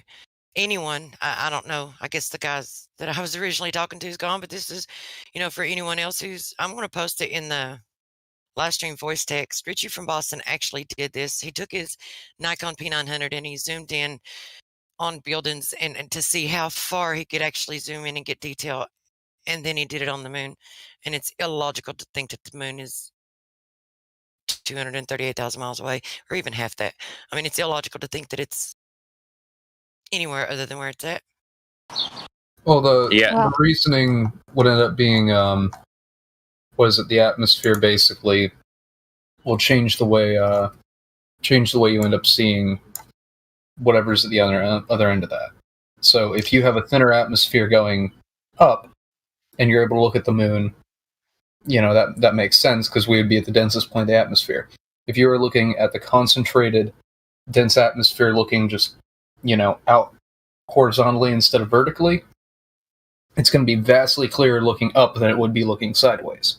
Yeah, I get that, but it's not going to okay, so you'll have a clearer picture. Is pretty much it's not going to allow you to zoom in on something 238,000 miles away. Here's the thing: you can zoom if you try to zoom in. Go somewhere where there's not as much atmospheric obstruction, and find an object and zoom in on it and see if you can get, because that's what he did. Zoomed in on something that was like 4 to 6 miles away, and to try to zoom in and get the details of what's on the building, because he knew what was on the sign. He knew what was on the side of the building because he'd been there, right? But you can't zoom in on it enough to get those fine details, you can see the object. So the atmosphere is not obstructing your view. You can see the object, right? But you can't zoom in. You can't zoom in enough to get the finer details. However, you can on the moon. So yeah, the size might be different. But okay, so let me ask you this, Snorfrog. Do you believe that you're able to zoom in on an object 238,000 miles away? Absolutely, you'd be just focusing the. You'd have to be able to, focus pretty far out, but you could totally do that. How do you know that the moon is 237,000 miles away? I couldn't tell you. My dad has an explanation for it. How you'd go about doing that, but I'm not familiar. Yeah, you have to know either the size or the distance to figure out the other one. But when you don't know size or distance, you have two unknown variables, so you can't figure it out. You could send something to it, and then send something back, and be able to measure the speed or how long it took to come back. So, yeah, but you need to know distance radio to waves, get there lasers, first. otherwise. To get there first, you need to know how far away you're going. Okay, if you're doing all these things with these, Physically, I'm not talking about physically sending a rocket. I'm saying send either, supposedly we have mirrors on the moon, and you'd be able to bounce things off of them. I don't know about that. I don't think we actually went to the moon. But you can definitely shoot, various different waves, be able to perceive, okay, how fast is the wave going? We're shooting it out, we're getting it back. This is how fast we, or how far away we think it is.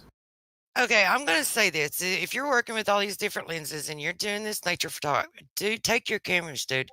Go out there and do different tests and different experiment, different tests and observations yourself, and see how far you're able to zoom something in, and then come back and tell us if you can zoom in on something that far away. I mean, you've got so many things. Okay, which this takes us into the second law of thermodynamics. Like, for it to exist where they claim it is, I mean, that would the second law of thermodynamics would have to actually have an exception. There would have to be an exception to that law, and in order for it to exist where they claim it is. But I would say that to do the observations and then come back, and I would love just to hear what you've got. Pick something that's like so far away that, where the atmosphere is as clear as you can possibly get it, and see what kind of results you get. See how far you can see. And then tell me if you think that moon is 238,000 miles away. I'm surprised that you even said, I don't even know where to go with that. I don't know what to do with that. When you say that you believe that you can zoom in on something that far away.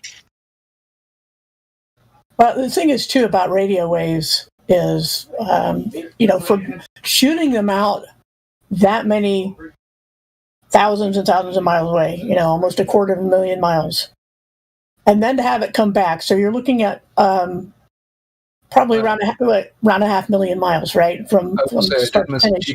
I believe radio waves would not work.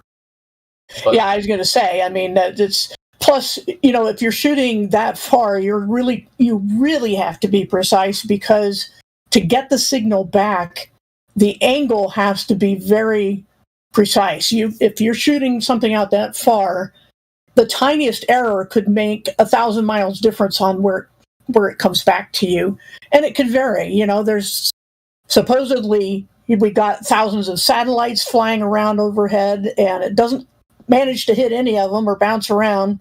There's so many variables. It's just ridiculous to think that that would prove anything, I think. Yeah, no, there's definitely that's the problem with a lot of this, and I think you guys are definitely right whenever it comes to the whole, how do you go about proving, what is it like?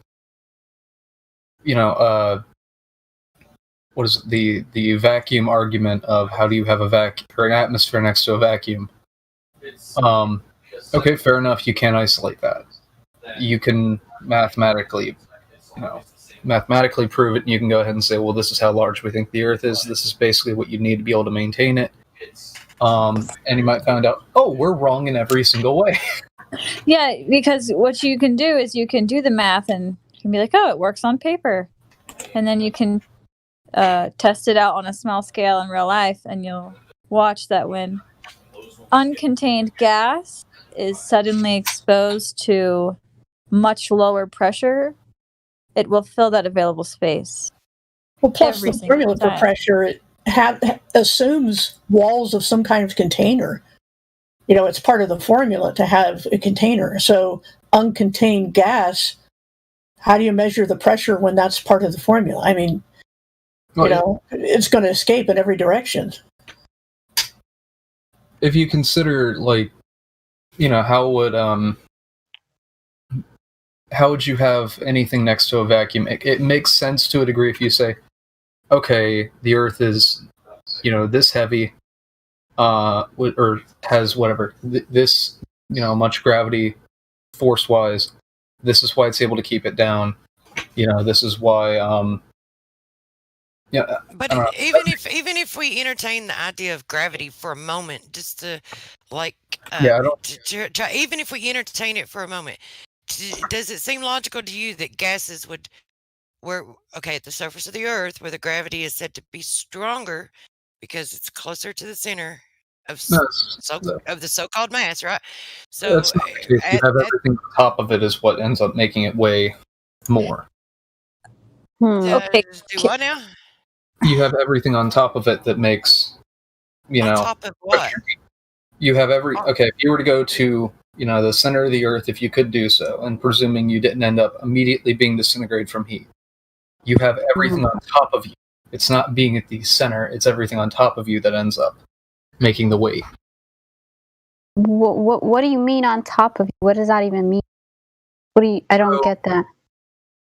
That would even make your argument worse, because that would even make it more illogical if the gases here at the surface of the Earth are actually able to overcome this effect, right, and escape and go up to the furthest extents of the atmosphere.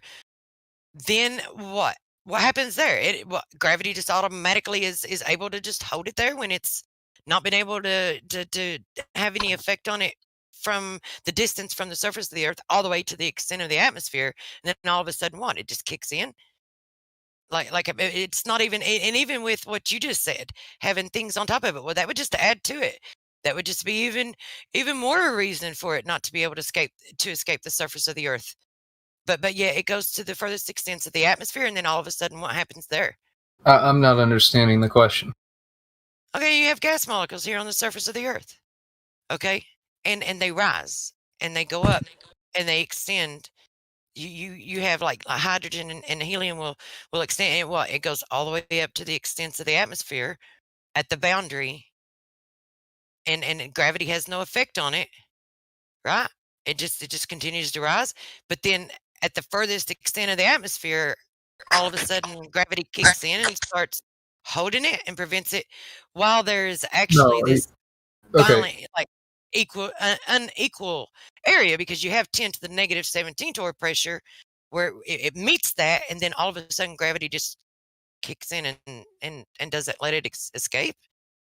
No, my understanding is helium and hydrogen are not heavy enough to actually be, kept down with the Earth. They end up just, floating off.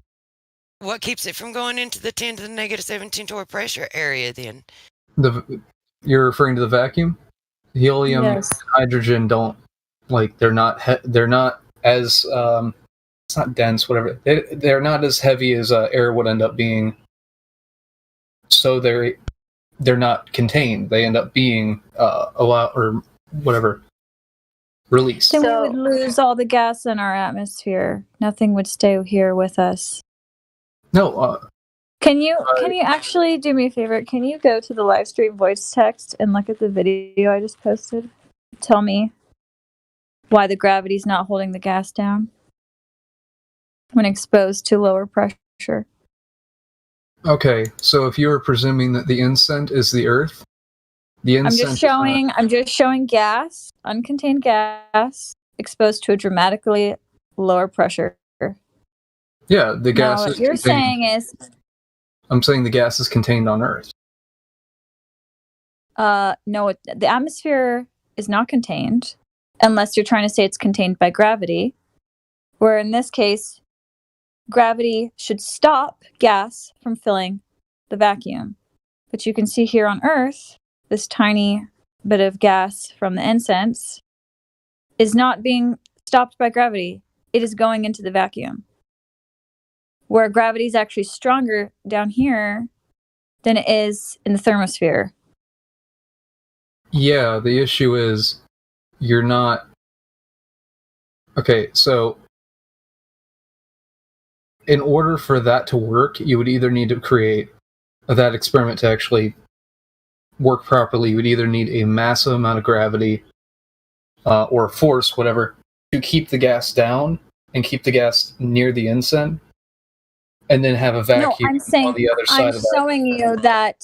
So what I'm trying to show you is I understand that what you're...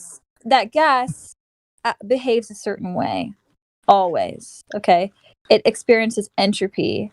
It's going to fill the available space. High pressure is going to go to lower pressure, always.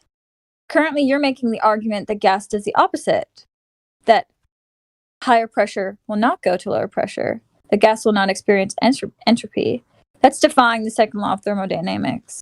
So for you to make that claim, you have to show some demonstration of that on a smaller scale here on Earth, where uncontained gas would not fill the vacuum. You have to show that somehow, some way. Okay. Before you can say that it's going to behave the complete opposite way that we see every single time. So what you're asking me to do is create an environment where you could have a mass be able to basically form in a 0G environment, effectively no gravity. You need to show no gravity gas, uncontained gas. You need to show uncontained gas surrounded by gravity being held down when exposed to dramatically lower pressure. I don't have a wand that can create gravity. Gravity is here on Earth. Gravity's here on Earth. Suppose in your fantasy. No, I mean, in order to do this, you would need to have. So the reason why the Earth is able to exist as a globe is because you have a certain ratio of, what is the mass of the Earth, what type of atmosphere do we have, and what kind of weight is the atmosphere, and you have other. Here's a way you can test it. Okay, I don't know if you would have, if you're able to spend, fool around with lenses that where you do nature photography. Maybe you're also able to get yourself a vacuum chamber and create a vacuum, but you would need two different sizes. You would need a smaller one and you would need a larger one, and you would need to get it as close to 10 to the negative 17 torr pressure as you can in the larger one, and in the smaller one you would need to have some kind of release valve that you can access and function from the outside. And then what you would need to do is, because you have gravity already, right? You have gravity here on the Earth. So if it's on the Earth, then you've got your so-called gravity. So you feel the center, the smaller, the one inside the larger vacuum, you fill it with gases. Okay, and then once you get the larger one, where it's set inside the larger one, once you get the larger one, I mean, if you're claiming that this is possible, this is a way you can prove it. You can verify it because you have the gravity. Then release that valve and see what happens to the gases inside of it. Yeah, it's going to want to equalize because it's not under enough force or gravity to be able to actually form. But wait, you've got the entire gravity of the Earth beneath it. That's not how it works. You're doing it That's here on not Earth. how it works. No, is gravity stronger towards the surface of the Earth, or is it not what stronger towards the fringes of the atmosphere? Okay, that's not the question you're at. The question you're asking is not relevant to what I'm saying. I'm saying that you would need a mass large enough to be able to contain the atmosphere. create the gravity that you're talking about? What doesn't the Earth do that, honey? Yeah, You've it got does. that. You're claiming there's gravity. You've got that. So you're supposed to already have that from the get go. Yeah. If you do it within that environment, then there's your gravity. I think he's saying there's no gravity. Yeah. Why? Yeah. Why would we need to make another set of large mass when we already have this set of large mass that we're standing on that's already created the gravity? Okay, the entire point is you're saying that you can't isolate these variables, and then saying try this experiment where you don't isolate the variables. Yeah, that's why gravity is not even a scientifically validated experiment, because you cannot manipulate it at all to say it does this or it does that. Yes. I was just trying to show you with my simple demonstration that my really crappy cheap vacuum from Walmart is able to overpower the heavy force. Gravity's not even force, but I'm just going to use your terminology. Force of gravity here on Earth, okay? And the vacuum of space is definitely stronger. I'm not saying it's like a vacuum cleaner, but I'm saying it's more powerful than my Walmart vacuum. So if gravity has no chance against my Walmart vacuum, there's no chance in hell where gravity is less strong towards the outskirts of the atmosphere that can hold the gas down next to the vacuum. There's no way. So we shouldn't be able to breathe if the globe model is true. And until you can show gas acting the opposite way, the opposite of second law of thermodynamics, then you're just making stuff up. I'm not. That's not. You got to demonstrate that. I can't demonstrate it because I can't create a zero G environment. You have nothing to piggyback on. That's it. Until you can actually, I just demonstrated that gas acts the way that it's been proven to act with the second law of thermodynamics. Okay? That's what I've demonstrated. So I can say that uncontained gas is going to fill a vacuum. Period. Yeah, I'm saying it is contained. How? In gas. Okay, so once again, gravity. I should have specified. I demonstrated that uncontained gas surrounded by this magical gravity still fills a vacuum. You have to demonstrate otherwise. Yeah, Until you've demonstrated anything, you shouldn't even be arguing for it. It's ridiculous. Okay, I have no clue how you go about. So for gas pressure to exist, the molecules need to bounce off of the walls of a container. So are you saying that gravity is like something that gas can bounce off of? No. So then you don't have gas pressure. What?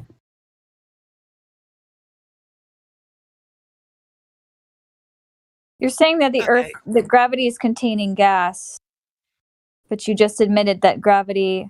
It's not a container, though. It's not the way you would, Okay, here, let me ask you a question. You said gravity contains gas. I should say, as much as it is containing, it's a container, but it's not a physical barrier. It's a container of the circumstances it's in, if that makes any sense. No, it doesn't. But here's the thing. When you say gravity is a container, but not a container. Hold on. Let me finish, bro. You say gravity is a container, but not a container, or whatever it is that you said. The point is there is gas pressure. If you want to define gas pressure, it is the gas is pressing upon some type of physical container. If you don't have a physical container, you don't have gas pressure. So you can't say at the same time, gravity holds it, but it's not a physical container. Our question is, how can you have gas pressure without a physical container? Do you understand that? Okay, I understand the question, but I don't. You're understanding as you end up going up, the pressure gets lower and lower of air. Yes. Okay. So as you end up going, getting away from the Earth, you end up having less and less basically gravity affecting or whatever, force affecting the air. Air gets, less and less dense. You can do this with water too, and in fact, you can do it more easily with water. Okay, but okay, I'll let you finish. Go ahead. But as you end up going up, it ends up getting lesser and lesser until eventually you reach a, where almost you zero. breathe. Yeah, and you're getting close to a vacuum. Mm-hmm. What's your point? I'm talking about a container. Yeah. In order to have gas pressure, you need a container. Where is? Okay. Here, let me explain this again. You don't need a container? You do not need a physical container, a physical barrier. There are But cases the where definition of gas pressure necessitates a container, a physical container. But you're talking about something that's not accurate here. I don't want you to, make up your own stuff. Yeah, you need to understand the definition of gas pressure before we can really continue the conversation. I think he actually needs to read a definition. No, I think you need to actually understand the definition before we can continue, because it requires a physical barrier. So you just need to understand that before you're arguing about it, okay? Does someone have the official definition, or should we just have them Google it? Yeah, if somebody could post it in the chat, please. And maybe you can read it aloud. The thing is, even where there's a gradient, there still must be, if it's a pressure gradient, there has to be some kind of physical barrier so you can measure the pressure. It presupposes a container. And to say gravity is a container, I mean, you're literally swimming in it, right? I mean, you cannot escape it. Like you said, you can't make an anti-gravity space. And yet, you're saying that we have that it contains. How can it be both? I mean, we're in this totally in this environment, and we can't escape it, and everything is within it. And then you're saying that it somehow contains gases which need an additional container, because that's how they measure gas pressure. It has to have a container. So why does it need a container if gravity is doing that? Okay. If you get a chance, look into the live streamed VoiceX, a whole bunch of definitions. Gas pressure is there. If you don't trust our postings, you can Google it yourself. But what is the one thing they all have in common? Wall's a container, wall's a container, wall's a container. Awesome. Okay. There you go. Okay. Here. Mm-hmm. This is the thing, though. You can measure the weight, or whatever, the force, basically, against the container wall. That's not difficult at all. Okay. This also works for, what is it? So, if you were to measure, though, the amount of, what is it? I'm trying to remember the name of it. Is it about gas pressure? Because that's what we're talking about. Yes. So another form of measurement is the basically amount of atmospheres. Atmosphere is gas, dude. Atmos. Yes, I understand. I'm saying that. So you can do. What are you trying to say? Square inch. You can also do. This is how many Earth's atmospheres, multiplied this is. That's gas a container. I don't know what he's talking about. If any of you girls understand, please chime in. Hold on. Hold on. You guys agree that gravity exists? I'm not going to hold on. If the answer is no, then we can't. No, we don't agree. Keep talking straight over you. Actually, I'm just going to mute you if you keep talking. Because what you're doing right now is you're trying to weasel your way like a ferret underneath a barbed wire fence, man. You're trying to weasel away from what we're talking about. Okay. You've just been shown. We're talking about gas pressure right now, so we need to stay on that topic. Okay.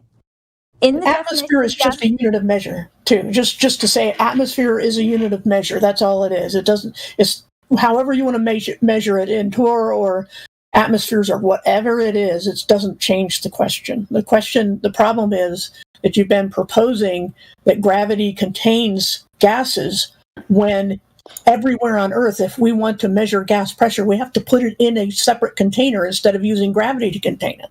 So gravity as a container makes no sense at all. I'm saying by nature of the size of the Earth is containing gas from the vacuum of space. I'm not saying that you can harness gravity and use it as a container. That's psychotic. I'm not saying that. You cannot do that. Gases in the atmosphere is the container itself. Gas is not a container. Gas cannot contain itself.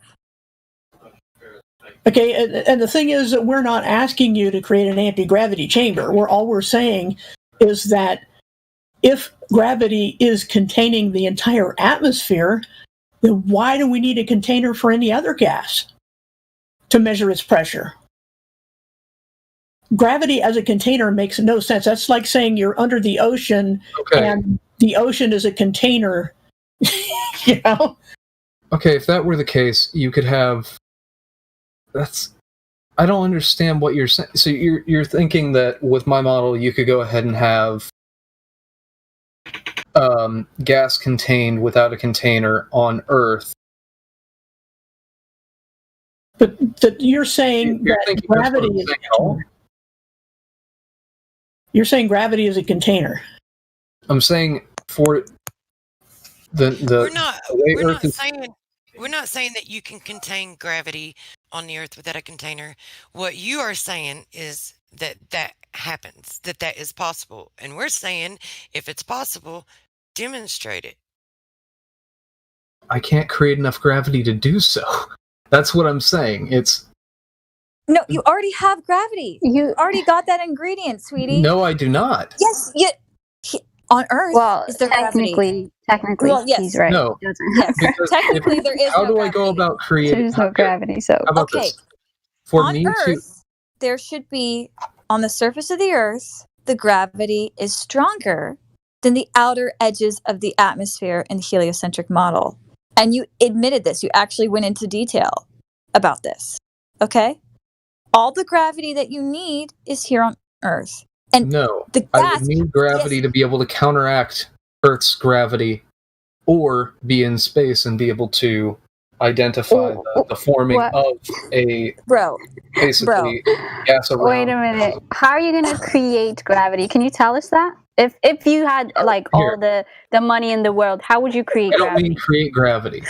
I mean if you take a match, you light it in a zero G environment.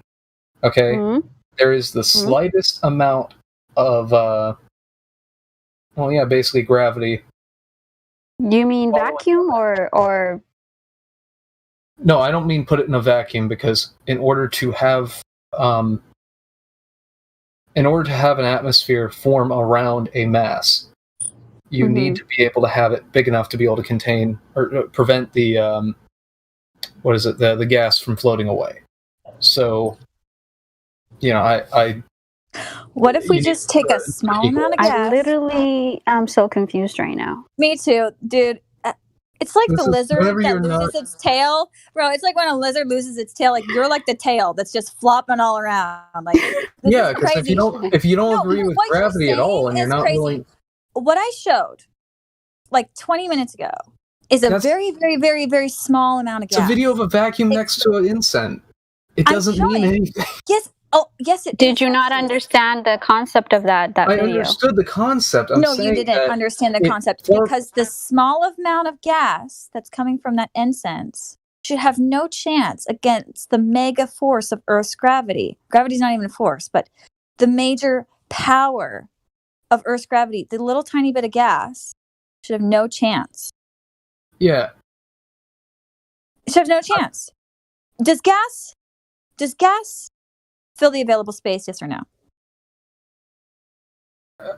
Uncontained, yes, does uncontained gas uncontained gas, yes, it will fill a space. What I'm saying is it is contained. No, it's not. Gravity is not contained by gravity somehow, but you can't prove it. Is that where we're at? Yeah, you guys don't agree with gravity. It's like No, gravity does No, not can you exist. prove it or can you not prove it? That's the main question. Apparently, you don't agree with it existing either, because if you're going to Yeah. demonstrate this, you have to create it because you can't find any anywhere. No, that's not. What are you on about? I explicitly said You'd have to go You have create to- gravity to do an you experiment have on to gravity. create a circumstance with low enough gravity to where you're able to, show the formation of a I'm just gonna head out. This is ridiculous. Wait. No, if you guys don't understand, Don't quit on us, bro. It's No, if you no, understand you gravity- apparently No, don't you understand don't what you're understand. talking about. We should have what kind of gravity? Well, he's been on mass attracting mass so far, is what I'm assuming. He hasn't mentioned any other because he keeps talking about a Apparently, it force. also creates atmosphere. I have the idea that he said that any mass can create an atmosphere. no, not any mass. You need a certain level of it. Well, any mass, a certain whatever level you think it is, it magically creates an atmosphere. I mean, most of the mass in the universe, as far as you understand it, doesn't even have an atmosphere. And yet there's all these masses.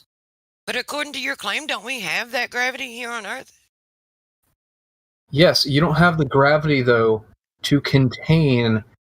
For example, if you had a ball of helium, you can't just contain this ball of helium because you have nothing keeping it there. I'm saying that by having the gravity, What about the gravity of Earth, though? Where is that at? you have Or a the helium? barrier without having a physical barrier. That's what I'm saying.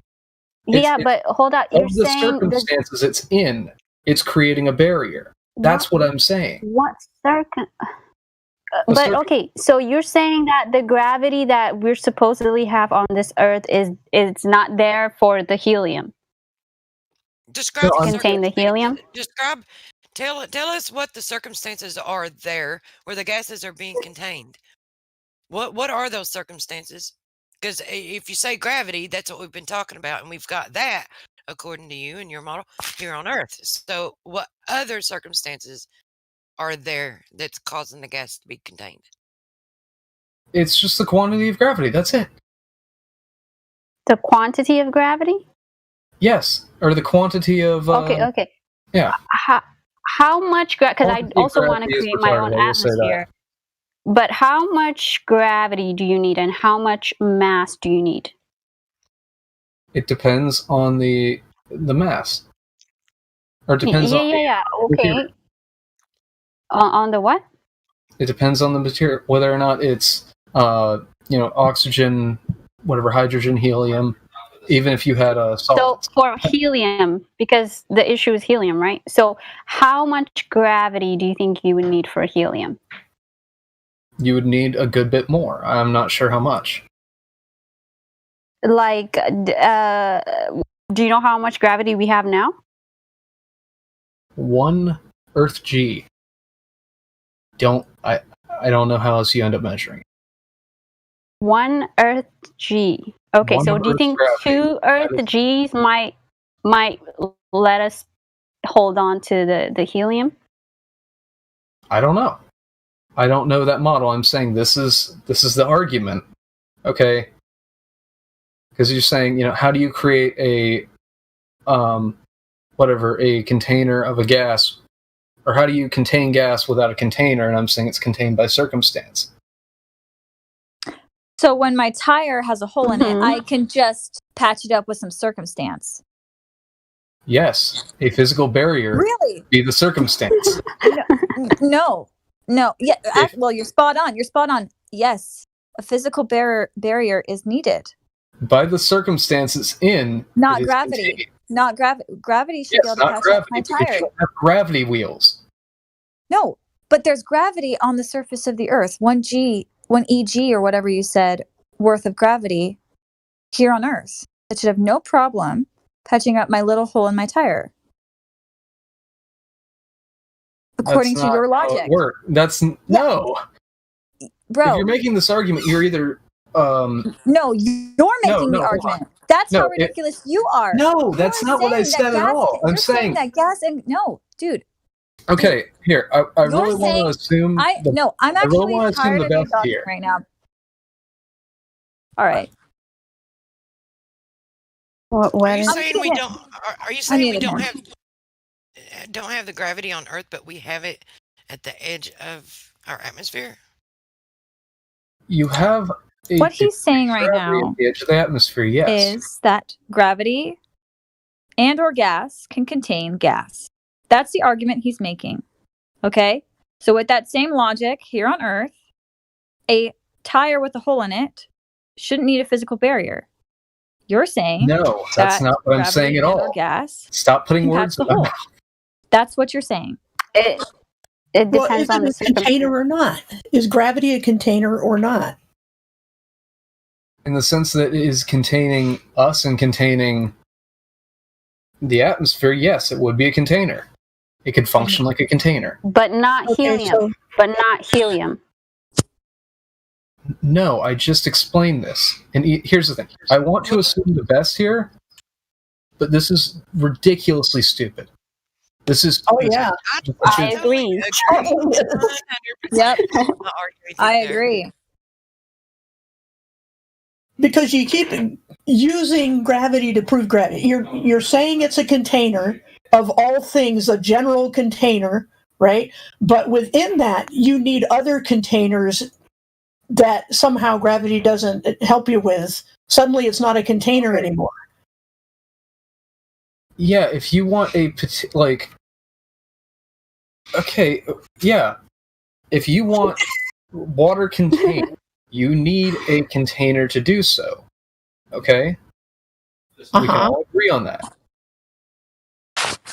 If you end up removing the container, falls to the ground. If you have helium, okay, you need a container for it.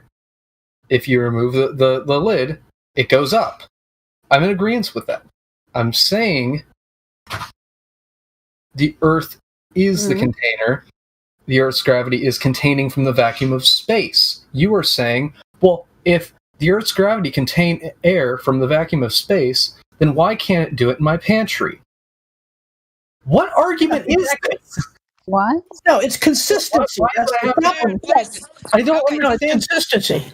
This is what the exact argument is, because everything yeah, I'm you're claiming misunderstanding is it. totally fallacious, because the center of mass is supposed to be where the gravity is the strongest, which means that it would have to be the strongest here on the surface of the Earth. You're claiming that gases can escape from that area and go to the furthest extent where it's the weakest, where gravity is the weakest, the furthest extent of our atmosphere, and then all of a sudden gravity becomes a container and kicks in and holds the gases there and prevents it from escaping into the 10 to the negative 17 torr pressure, which violates the second law of thermodynamics. What? And you cannot hold on, demonstrate hold on. this, and you're just totally lost. What is the level of re-examine. You need to re-examine your claims, man, and you need to go through them one by one, and you'll see. I don't understand how you don't see the issues with it, to be honest with you. But you're totally No, here, I'm asking. Right before the vacuum, which it's not even a true vacuum, that's ridiculous. But 10 to the negative 17 torr pressure. What- That's why that's what it is. okay, what is it just before closer to the Earth? What? Where you claim gravity kicks in? No, gravity's active far outside of the atmosphere. I'm saying, at what point just below you hit vacuum? Me why it's the gas extremely molecules thin overcame air. gravity.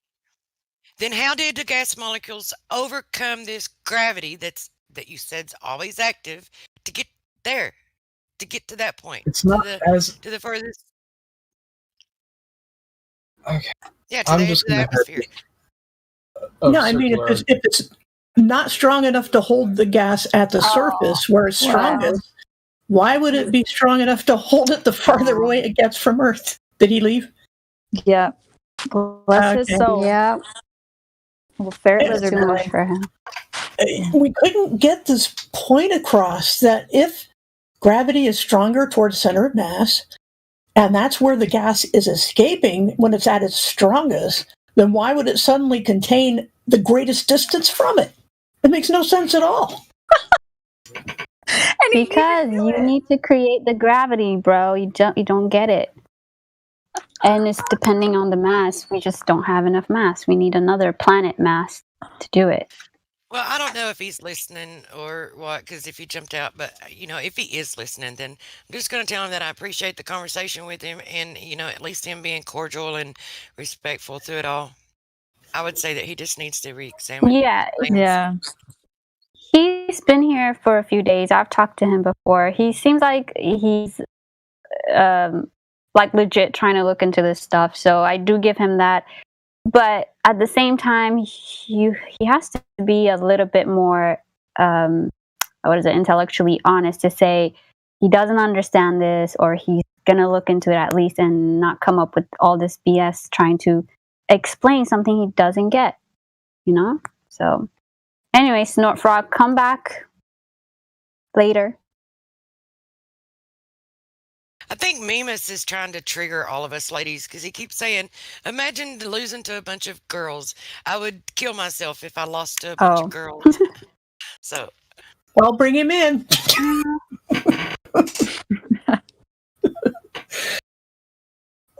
I just want to let you know, in case you're not getting triggered, that way you can. I just want to say hello to the new ladies that came through.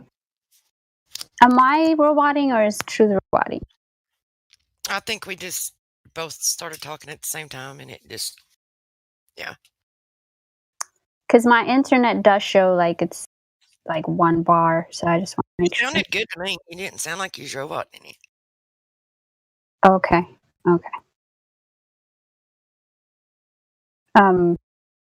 Sorry. Yeah. Go ahead. What were you saying, Truth? I didn't hear it.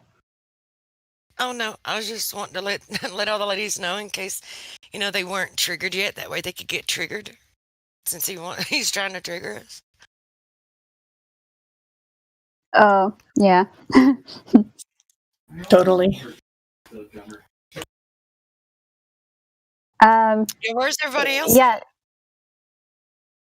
Well, I saw Ildiko earlier, but she bounced. And then I saw Christy as well. I wanted to say hi, but she bounced as well. No shit, Sherlock is still here. Hello, welcome. Maybe she can't get to her mic. And I don't know if I see any. Oh, hey, yes, hi. Can you hear me? Yeah, we can hear you. A little bit, yeah. How are y'all? Yeah, Hey, you're a guys. little bit. You sound a little bit low and a little bit distant, but as long as you speak up, I'm sure we can get you. But hello. Would you mind if I asked the question? Is incense? Is that Lulu? Yeah. Okay. Thank Yes, hi. you. Hey, sorry, I didn't know it was incense.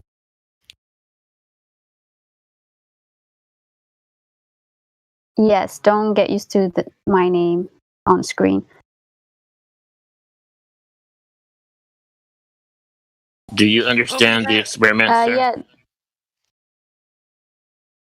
Yeah. Sorry, say that again. I was asking that gentleman if he understands the experiment with the incense. I'm not sure what you mean. The experiment with the incense? Yeah, do you understand what it means? Do you understand the point of the experiment? No, please elaborate. No, the other guy left. He's not here. Yeah, Sir There's a Vagabond's different flat guy. earther. Yeah, I'm a flat earther. Yeah, I'm already on board. So I'm just hanging out listening to the ladies. I'm glad to have you. Yeah, I think the other guy just got hit with pleasure. Cogdis big time. Well, we have that is Gunas. What? That is Gunas is a globe skeptic or on the fence. One of the two, I think, when I checked him. Yeah, on the fence. I wonder what's keeping him on the fence. I wonder if he'll tell us. That is Gunas.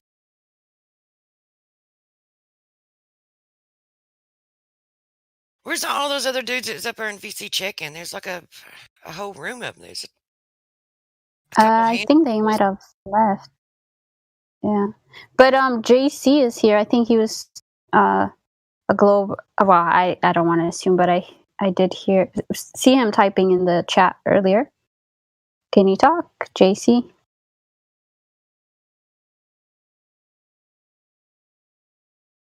J to the C. I can't turn on my mic right now, unfortunately. Okay, cool. No problem.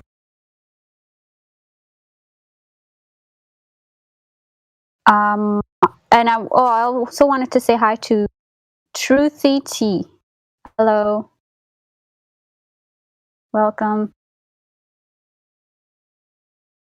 Hope she can talk. All right. Okay, if you guys see anybody Hello. new, just jump in.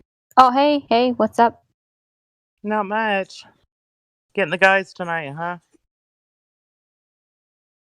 Oh, yeah. Or who will ever will come. I mean, doesn't seem like anybody wants to join the discussion. Well, there is somebody here. I don't know if he's willing to talk. It is legit. I'll unmute you. You have control of your mic. Is legit. Can you talk? Yeah, hello. Hey. Hi. I have a question. So, I'm currently on the fence. I can't really side with globe or flat right now. The reason why I'm basically on the fence is that, like, obviously, if the Earth is flat, right, like the amount of money and like manipulation that's going into society from the government around the world, it's kind of crazy to think about. That's like kind of the main reason that's keeping me on the fence. But the reason why I started being on the fence is because when I joined, I realized there's a lot of proof here that is much more kind of straightforward, and there's a lot more of it than the globe. It's verifiable. You can test it, right? Yeah. Big difference from what they give you. You can't test any of it, can you? Well, except for the shape of the Earth. You can measure that. Yeah. So the only thing preventing you from going to it is just like that. It's in your view, it would be such a large, elaborate deception that it just seems illogical to you that they do. Is that what I'm gathering, or is there anything else outside of that? I feel like that's the main reason. It's like so much time and money. Right. Yeah. Well, I mean, if you're okay, so if that's the only thing preventing you from like letting go of the heliocentric model claims and just accepting the Earth for what it is, then wouldn't it make sense to you that you kind of doing it backwards? That maybe you should first determine whether or not it's a lie, and then that way you at least know the facts, and then look into, once you've determined it's a lie, then look into all of the different reasons why and how they're doing it. Yeah, that would make more sense.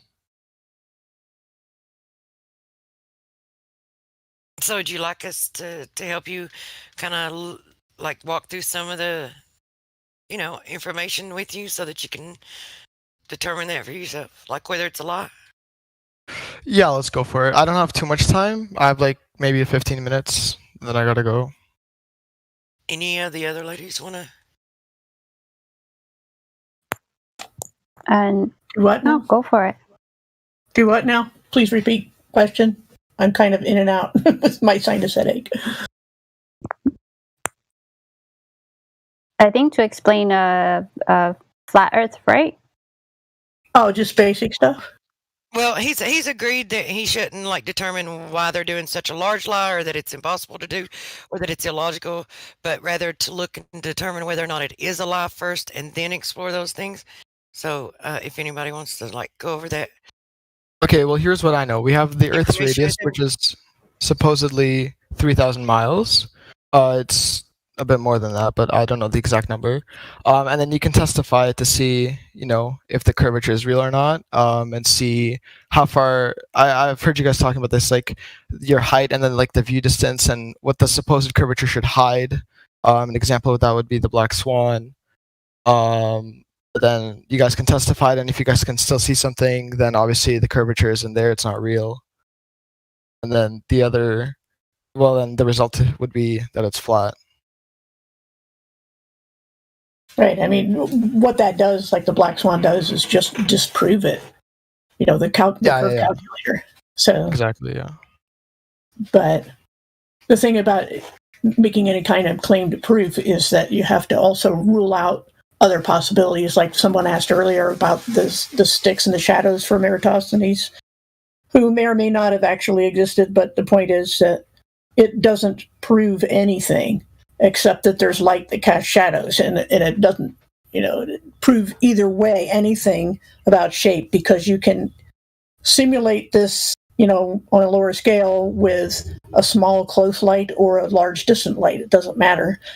So things like that, just asking the right questions that, certainly there's things that we can't answer that nobody can answer on either side. And yet, in the end, it's mostly what people believe is a matter of trust. And the people who are asking us to trust them have shown themselves to be untrustworthy. So we have to figure out what we can and what we observe, like we were talking about with cameras that you can zoom in and bring things back over the horizon. And, just observing what gases do and all sorts of things, So it's kind of an open-ended question, but so I was hoping to have something a little more specific that you wanted to bring up. I mean, I haven't looked into this for too long, so I don't really know a lot yet, besides the main thing that I said. But if I do learn more about Flat Earth, I will definitely have many more questions.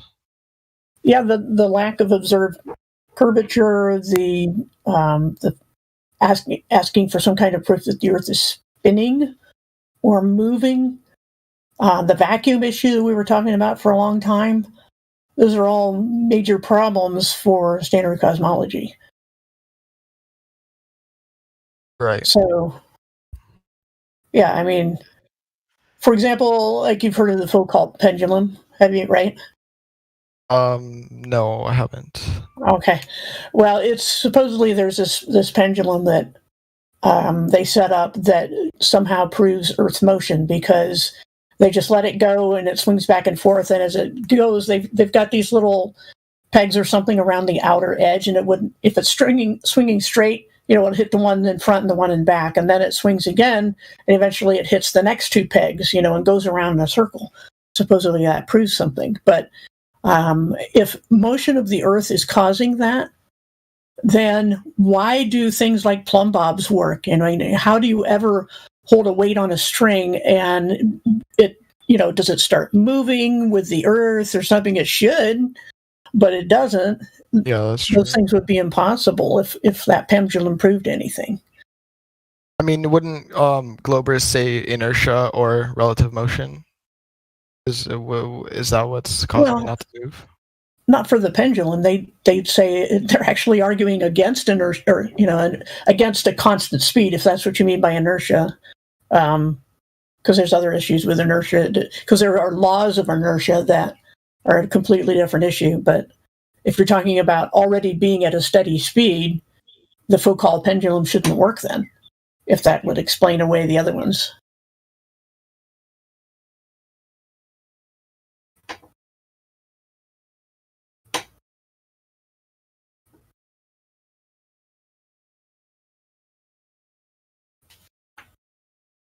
Did my sound go out, or did everybody get quiet? No, you're good. Okay, cool.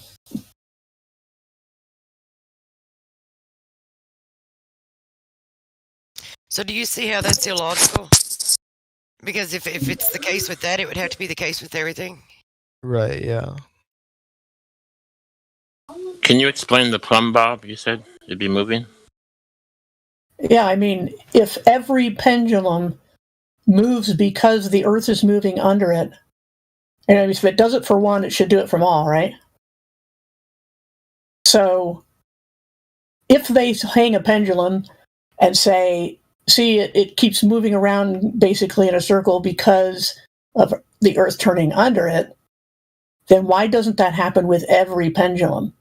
Why would it happen with just that one?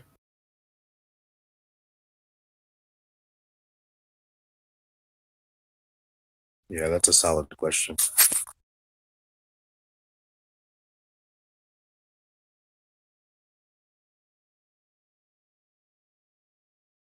Yeah, cranes, they mentioned in the Are chat you also. saying if you put yourself in a merry-go-round and you have a fishing line with a plumb at the end, that it'll start to move the opposite direction of the turn of the merry-go-round? No, I mean, if you're asking what the standard theory is, that's basically what they're saying about the Foucault pendulum. But for some reason, it doesn't work in the example that you know, if you have it directly in the center of the axis of spin, it wouldn't. Although I don't, you would have to hold it still with something that's not attached to the thing that's moving, you know, because you're going to get vibrations. So On the Foucault pendulum, doesn't it matter like where you're on the supposed globe? Because if you're on the North Pole, it doesn't really spin, so it wouldn't spin, right? But if you're on the equator, it should be spinning, right? That's what I think. Well, you could look at it either way. I mean, it supposedly, you know, if Earth is moving under the pendulum, it's moving kind of sideways, isn't it? Because, you know, say for example, you have the pendulum swinging east-west, right? And the Earth is supposedly spinning that way, right? And east-west spin. That's only if you're on the equator, not if you're on the North Pole. Yeah, I mean, the thing is, even on the equator, they're saying that it's going to move and start swinging, you know, basically processing around in a circle, which it shouldn't do. Because it's almost like they're saying the Earth is spinning horizontally under it instead of vertically, which doesn't make any sense either. But yeah, I mean, there's all sorts of variables as to where you are and the direction, and the fact that we're not just spinning, we're also corkscrewing around the sun. It should be, you know, spinning all over the place, every different direction, but it doesn't.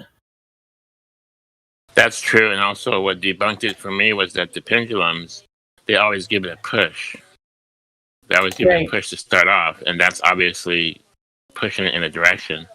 And then the big ones, the sciencey ones, have a motor inside that keep it going, so that doesn't make any sense to me. Right. If all it took was earth motion to move a pendulum, that would be a perpetual motion machine. And you wouldn't need, you know, you could generate energy with this thing. That's right.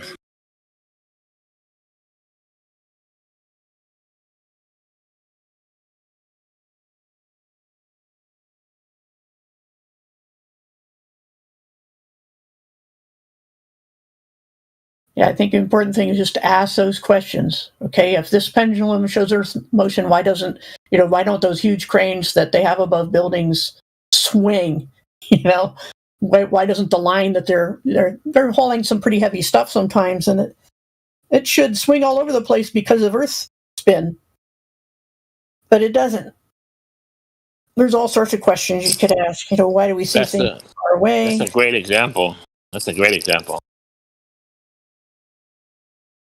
Yeah, they do have to determine. Oh, go ahead. Go ahead. No, go ahead.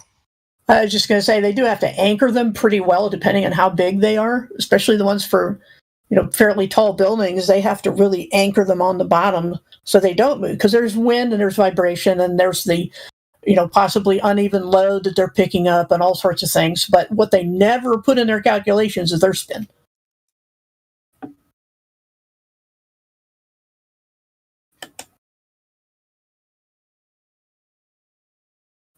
So is legit, do you have any questions about that? No, yeah, that makes sense to me. I have another question though.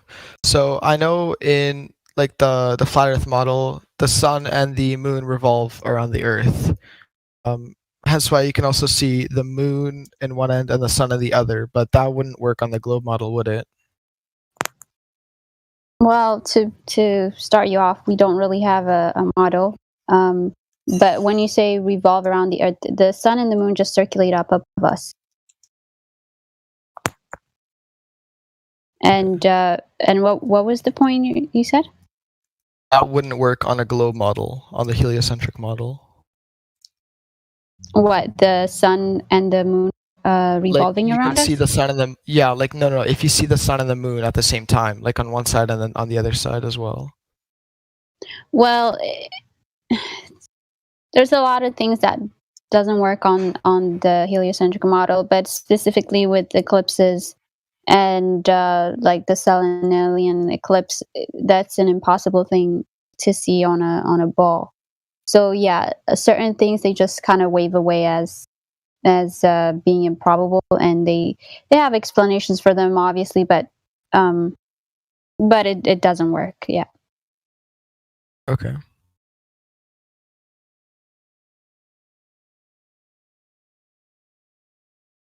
Any other questions? No, that's it for now. So yeah, if you have any more, just ask us. I just want to add, a little food for thought here. That when they came up with the Coriolis effect, with the calculations to determine a Coriolis force, that they had to use the movement of like mechanical parts to do so. Because here, I'll post it. This is like an excerpt from the history of the Coriolis effect, and where it talks about how the three scientists. Let's see, where is it? Because I want to read that out. I just think it's interesting. But it said Ruccoli, Grimaldi, and Decalis, or however you say their names. I know I'm butchering all of them. All described. Hold on, the chat moved. Okay. Where is it at now? There it is. All describe the effect as part of an argument against the heliocentric system of Copernicus. In other words, they argued that the Earth's rotation should create the effect, and so failure to detect the effect was evidence for an immobile Earth. The Coriolis acceleration equation was derived by Euler in 1749, and the effect was described in the tidal equations of Pierce Simon, whatever his name was, in 1778. And then they went on to say that Gaspard Gustave Coriolis published a paper in 1835 on the energy yield of machines with rotating parts, such as water wheels, because there was no detectable movement of the Earth, and it was failure to detect the movement was evidence for the immobile Earth. Just so you know, just food for thought.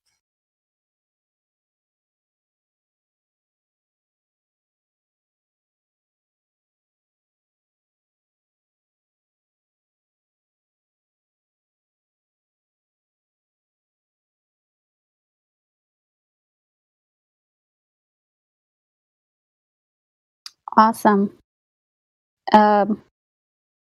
Let's see. I think we have a few people without a role. Hold on, let me go through the whole.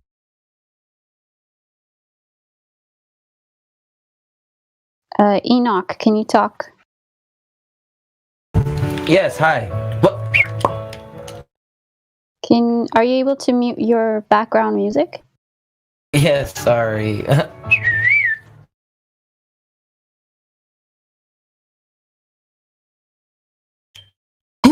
Is that better? Thank you. Yeah. You were here last night, weren't you? I was here a little bit ago. Last night, no, I was not here. Okay. Well, I think it was night for me when I heard you. Anyway, welcome. Yeah, what do you think of? I think you're a flat earther, I believe. Yes, I am. I do believe. I am a flat earther.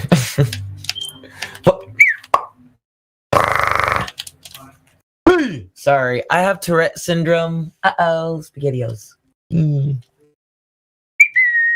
Okay. That's okay. I don't know. A lot of my point of views, I mean, just if you're just curious, out of curiosity, if you're curious, my point of views are more biblical and spiritual than more scientifical. I do understand science. I do, believe science. I'm more like I'm an eclectic Wiccan, so I believe that things exist to coexist. One wouldn't exist without the other. So that's where I kind of stand up on my point of view. Right, and in order for those things to exist that way, they would need to be like, they would have to do it in a harmonious way. They would have to. Correct. Yeah. So there's like laws of nature that pretty much determines how everything coexists in such a way. Yes, that is correct. Such as like Chinese medicine. I believe in a lot of Chinese medicine. I went to school for massage therapy, so I studied a lot of a lot about the body. I also do martial art. I study martial arts. I've been boxing since 2012. I'm just not a professional boxer. I'm not trying to seek no professional. It was a goal that I had in mind because I thought of it as trying to make money. But there's other ways on trying to make money other than just trying to do boxing. But since my Tourette syndrome, and being diagnosed and finding out about my condition and it getting worse, it got worse as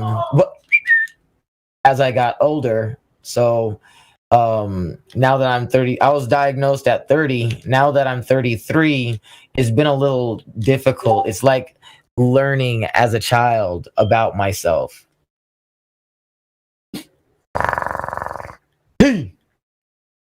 That's interesting. I've never heard anybody that actually had a Tourette syndrome. I mean, we get the occasional trolls that try to do that, but yeah, man, it must be tough. Welcome to the server. I'm glad you're here. Oh, thank you. Yeah, I deal with a lot of bullies as well. Like I know a lot of people get bullied, especially about believing in especially about when it comes to beliefs or flat earths or, but for me, I just leave people alone on that kind of subject. It's not my, I don't try to persuade people's belief. That's something that they have to find out for themselves. Not who am I to tell people what they can and cannot believe in. That's not that's not why we were created. God created us to be together and come together, to be one so that we know each other. What we try to do though is actually get out of that stage of belief and enter into that box of knowledge, right? Because we can both agree that those are separate things.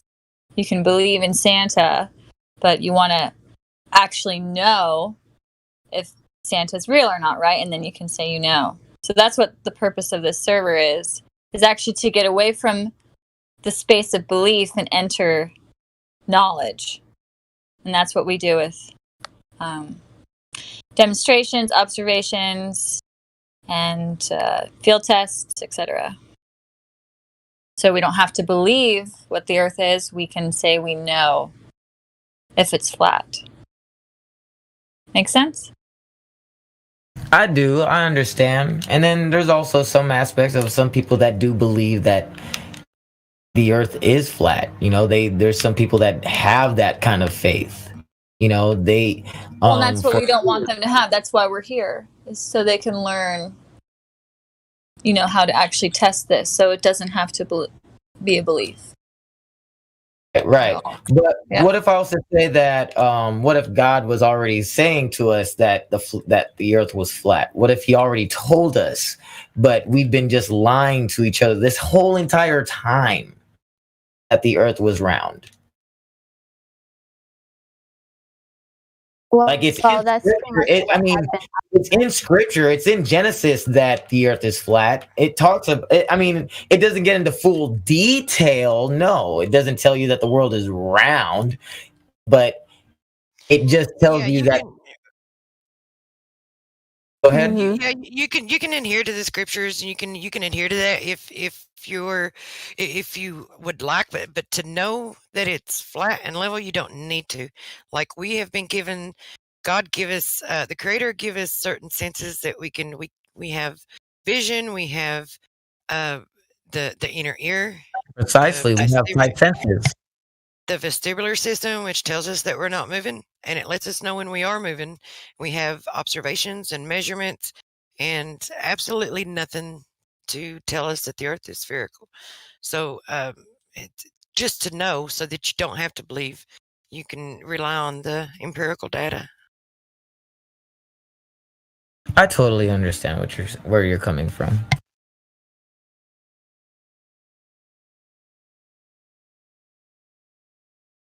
Awesome. If you do have any questions or anything you want to clarification on or anything, just let us know.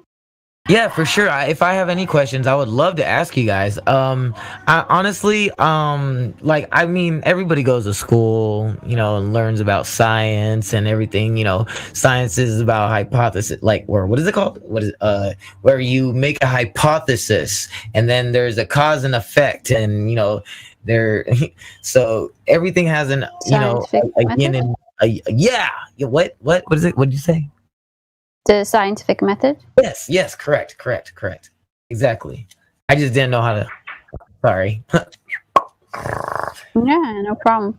Well, here's the thing. Glowy wanted me to tell you, give him the science to go with the scripture. So basically, true science does reveal God eventually. So we do want to, because we do have, unfortunately, a lot of people that are in the science community that are atheists and don't necessarily believe that there is a creator. So if you're able to bring them or show them the science of flat Earth, it is easier to bring them to the creator. So that's one of sure. I the don't reasons. have to talk about God to them if they don't want to hear about it. I can. Yeah. I'm learning about the scientific aspects of how to approach somebody about it. That's why I'm just been listening to you guys. I don't really have any kind of dispute or like I'm just honestly learning. So that's why I've been just trying to listen and hear you guys out and just observe and learn. That's all. Awesome. Yeah, man. It's 24/7, so definitely just sit back, relax, and listen. Oh, definitely. I'll be here. You'll see me here often. Oh, nice. Any of you girls want to say, because we are coming up at the top of the hour and I don't see any people that want to participate. Oh, I was going to ask a question to Matthew Learns if he's there. Yeah, I'm here. So I watched your video on the flat Earth with the moon. With the moon? Yeah, the Yeah. moon stuff? Yeah. And I like how you put it at the end. You gave like 2 options. You're like, either the Earth is not flat or the moon is not a solid object, right? Yes. I think that was okay. I was wondering then, how can we verify something as ourselves that the moon is a solid object? Yeah. We only see one phase. That's a great point. Yeah. I was just wondering, like, is there something that we could actually do? Because we as humans, we only all see one face. So until we see the other side, we can't really assume just by looking at it that it is 3D. And then there's also videos where people are seeing what looks to be like stars through like a half moon, where the other half should still be the moon. Just it's not lit up, but we're seeing actually stars through that point. So that's another observation. So I was just wondering if there's anything we could do to prove that it's solid here, just ourselves, Yeah. So I don't think there's anything that will prove it for sure. I would say things in terms of evidence. Like I have a telescope and I look at the moon and it looks solid. And it looks like something up there. It looks spherical. And for me, that's good enough. I recognize that's not good enough for everybody. So that'd be one thing. And then I'm unaware of ever being able to see stars or planets through the moon. I Let me think show that you a video then. Yeah. No, I'm familiar with those videos. Those videos, I think, are mostly anomalies and something else is going on, in my opinion. So, to answer your question. Okay. Well, I'll repost it if anyone wants to see the video. But I guess from that point, then, that it's just one interpretation, one visual interpretation. Yeah, so I'd be curious. What would your description of what the moon? What would you say the moon is? It's a projection, or not solid, or what? Well, because I can only see one face, because I know we can all only see one face. Yeah. And I think the video poses a good question, because me and Lulu were talking about this. Lulu sent me some like historical documentation of people making comment about seeing stars through the moon. Just seeing the historical symbols, like the Muslim symbol, that shows the crescent moon with a star through it. Now, is that actually, that's not proof of it, but, and then also the moon is in the moon is in a medium that, laws of nature show can't exist. So I don't think there's really enough evidence to claim that it's solid, even though people say they went there. I've spent, I don't know how many summers looking at the moon. I got hundreds of pictures. All I can say, and I've done some videos on it, all I can say is that from what we observe, when it's full, it does not act like an externally lit sphere.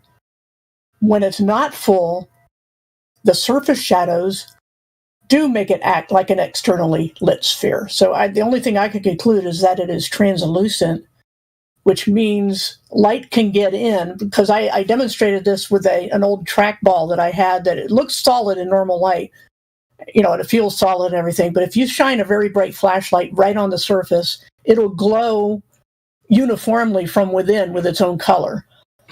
And so it's quite possible that light comes from outside the moon, and some of it, depending on the angle the light's hitting, gets inside. And when you're not seeing it at that angle, then it appears to be putting out its own light. Whether it's solid or not, who can say? All I know is that it does get surface shadows. So, like you noted, except when it's a full moon, because then, according to the heliocentric model, the sun is directly above the moon, and there aren't shadows. Right, and even the way things line up on their model, even a full moon should have some kind of edge on it. Should have. I mean, it's not a perfect angle, or it would be eclipsed. So, the fact that it's completely full kind of ruins that theory. Well, but it would be hard to tell the difference between a completely full moon and a 99.4% full moon. I mean, let's zoom in on it. Yeah, with the naked eye, it would be. Yeah. Well, thanks for watching my video. I appreciate that. I tend to like. So if you ask each flat earther, outside of the verifiable, each one is going to have like a different viewpoint or an opinion or a conceptual idea of what's going on, or what have you. And yeah, Lou. So sorry. I wasn't sure which, because I'm gonna watch the video later on to see the context of what he was talking about. If he can post his video. Yeah, it's at 59 past the hour. If you scroll up a little bit. Oh, okay. Yes. Yeah. But to about the moon. I don't know if you saw the new documentary Level Up, the Flat Earth documentary. Okay, I do recommend it. It's very, very interesting, very well done. But in there, they mentioned about how back in the days there were scientists that were saying that the moon was translucent, and they were doing experiments to kind of theorize on what it could be, and they were so sure that nobody would land on the moon, right? But obviously, NASA supposedly landed and kind of just destroyed all of that, their theory. But it makes you think, like, why did they come up with that theory to begin with, and what was one of my plans is to actually go back and look over all of their stuff when I get the chance. But if they hadn't supposedly landed on the moon, what could have resulted from their study, right? So prior to all of the moon landing BS, it was sorry. It was seen that the moon is possibly a translucent thing or object. Sure. Yeah. I mean, that makes sense because it looks translucent during the daytime. It looks like you can see blue through Yes. it. Yes. Yeah. So I was going to say, just like jokingly, there should have been another option that the Earth is flat and the moon is not solid, right? Because that could be it then. Yeah. Yeah. Yeah. Oh, In the dang, video- that's you, Matthew? I did not. Yep. Okay. Sorry. My bad. Keep going. No, I was just saying that, yeah, in my video, I say, if you think the moon is a solid object and acts, laws of perspective, acts normal like a solid object, then that's where my argument comes from. If it's just a projection or some other thing, then all bets are off and my argument doesn't work. Well, I mean, the only way to establish whether it's to actually, I mean, we would actually have to go to the moon itself, wouldn't we? I mean, I have a different idea of kind of like with the moon. I think it. Okay, so I believe that the sun expels energy, and look, this is all pure speculation because none of us know. None of us Sure. really know, but just from observing the sun and the moon and how they behave within the atmosphere, and knowing how every aspect of the earth and the world that we live in is electromagnetic in nature. It's got an electrical nature. It's got different forms of electricity, right? Electrostatics, electromagnetics, and then there's just all the other variables that play into both of those things. That I think that the sun is like expelling energy. It's like introducing energy, and I think the moon is absorbing energy. And I think that between the two and other celestial bodies that we can't see, that they keep an equilibrium and they keep it all balanced out. And you can actually see it's like when the light of the moon has actually been measured to be cold, like at night in the shade and under the moonlight. When you first, like, it'll be one temperature under the shade, and then in the moonlight, even after isolating all the other variables, putting it on the same surface, making sure that the wind is the same, and all this other stuff, to where the only variable you're changing is the moonlight versus the shade, and it's colder in the moonlight. So it's like the light seems to be cold, and the way everything acts and behaves and appears to me is that the moon is absorbing the energy, which kind of is support, like when you are watching the moon during its waxing phases, when it's becoming full. Uh-huh. Like you can the area of the moon that is not lit up, you can see directly through it. You can't see the outline of the remainder of the moon. It's as if there is no other portion of the moon there at all, as if it's just only the part that's lit up. Once it becomes full, now if it's absorbing energy, this would make sense. It's kind of supported by this observation. I mean, I don't know how we would prove it, but this is what I tend to lean towards, right? Because while it's becoming full, it's absorbing the energy. And we can go into other discussions about what type of energy or how it's doing this or whatever. I don't know. It's just how I observe it to be happening. Once it's full though, and then it starts waning, then you can start to see where it's not lit up. When the moon is waning, that's when you're able to see an outline of the rest of the moon. So it kind of makes sense that it's, absorbing energy and then it's forming like I don't know what it would be, like some sort of crystalline structure or whatever. I'm not sure, but this seems to be, what's going on, because it seems to be absorbing energy. It gives off its light, tends to be cold, and then when it's going in its waning phase, and once it's formed and it's full, and it's became full, once it starts waning, the part that's not lit up, that's when that's the portion of the phases that you're actually able to see the outline of the remainder of the moon. But you're unable to do that when it's waxing. You're only able to do that when it's waning. It's as if it's not even formed and it's forming, and then once it's formed, then you can see, the part that's, losing light. It is there now. I'm just saying, just like when you do your observations, kind of keep that in mind. See if you don't observe the same thing. Yeah, I appreciate that. In my observations, I think I've never seen anything through the moon, whether it's waxing or waning, with the telescope anyway. If But you're yeah, going to try to do observations, and if you're going to try to see if you can see any stars through it, or if you can see through it, the unlit portion, try it during the waxing phases. I think it would also be ideal if you can to use a telescope, a purely optical, nothing digital, and a lot of cameras like the P900 only does JPEG compression, so you don't have raw images I think the P1000 does. But yeah, that's a big deal to get a better optical look at it if you see that, and then try to get some still shots of it. Does anyone have a video?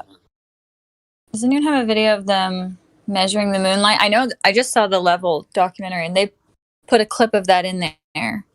But I was wondering if somebody has the actual video of that, because that's so fascinating to me.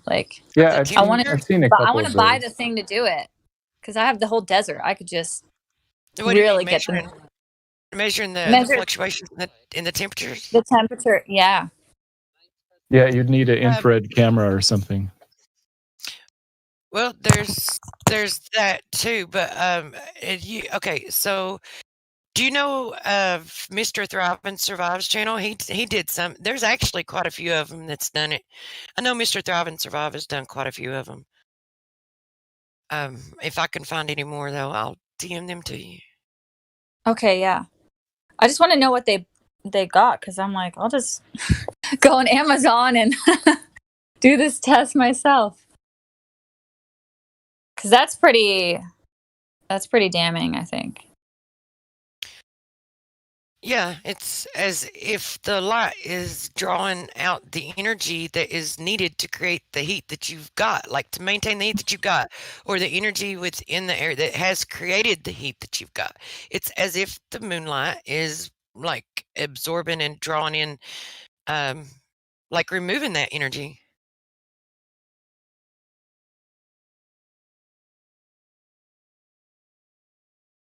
I mean, there is the idea that the moonlight could be putting out cold energy, but I'm leaning more to the idea that it's absorbing what energy is present. Well, it definitely can't be reflected sunlight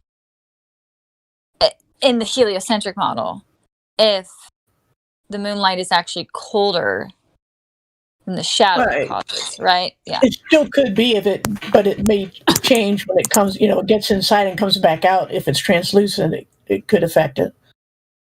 I mean, the light comes from somewhere. That's all we know. Yeah.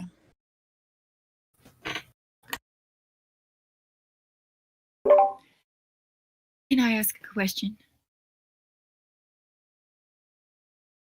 Please do. Oh, thank you. Aldiko. Hello.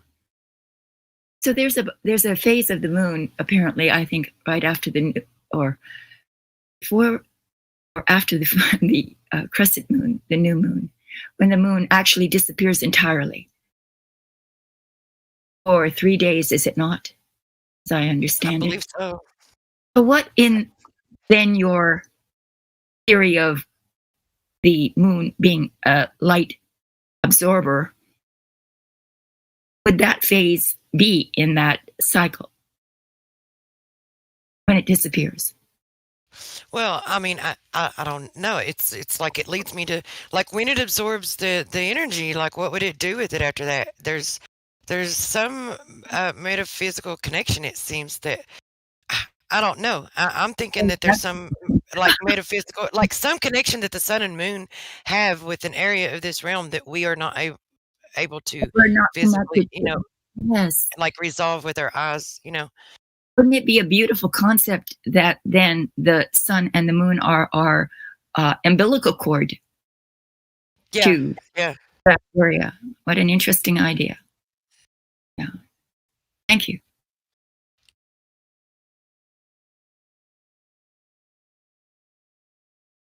I love your readings, by the way, Aldiko. They're so good. When I watch your videos, like What sign are you? What? I'm a Leo. What is your sign? I'm a Leo. Ah. Oh dear, I've been negligent. Leo's next. Yes. Yeah, I've never been like so big in the zodiac, but when I watch your videos, I'm just like, oh my gosh, like, you're so right. Like everything you say, I'm just like, oh my gosh. It's a divine art, actually, and I have, I'm a apprentice at it. Actually, I've been doing it a long time, but I feel every time I do it that it's the first time. It's just a very our subconscious mind speaks to us via symbols. It's a very primitive language, yet one that's visceral and real. And so it's an interesting exploration of our subconscious, unconscious, superconscious mind. Thank you. Yeah, it's so fascinating. Well, and it all makes sense if the Earth is flat, like it really is flat. Yeah. Or it's the only way it makes sense. Yeah. The other one is absolutely ridiculous. Were you into it before you became? Oh, a flat yes, earther? yes. So yes, did that because add like a whole new level when you're like, oh my gosh, now I. Yes, and it's not even that I felt that I needed to join a movement when I was younger, because I was on the wrong side of practically every issue that's culturally acceptable. So I just took it for granted that the ancients are always right. They're right about practically everything. It's concerning the human being, and about, they are the best at everything. We have yet to evolve back to that. So when they conclude that the Earth is flat, of course it is. I'm not stupid. Yeah. So I said, well, of course, yeah, it's flat.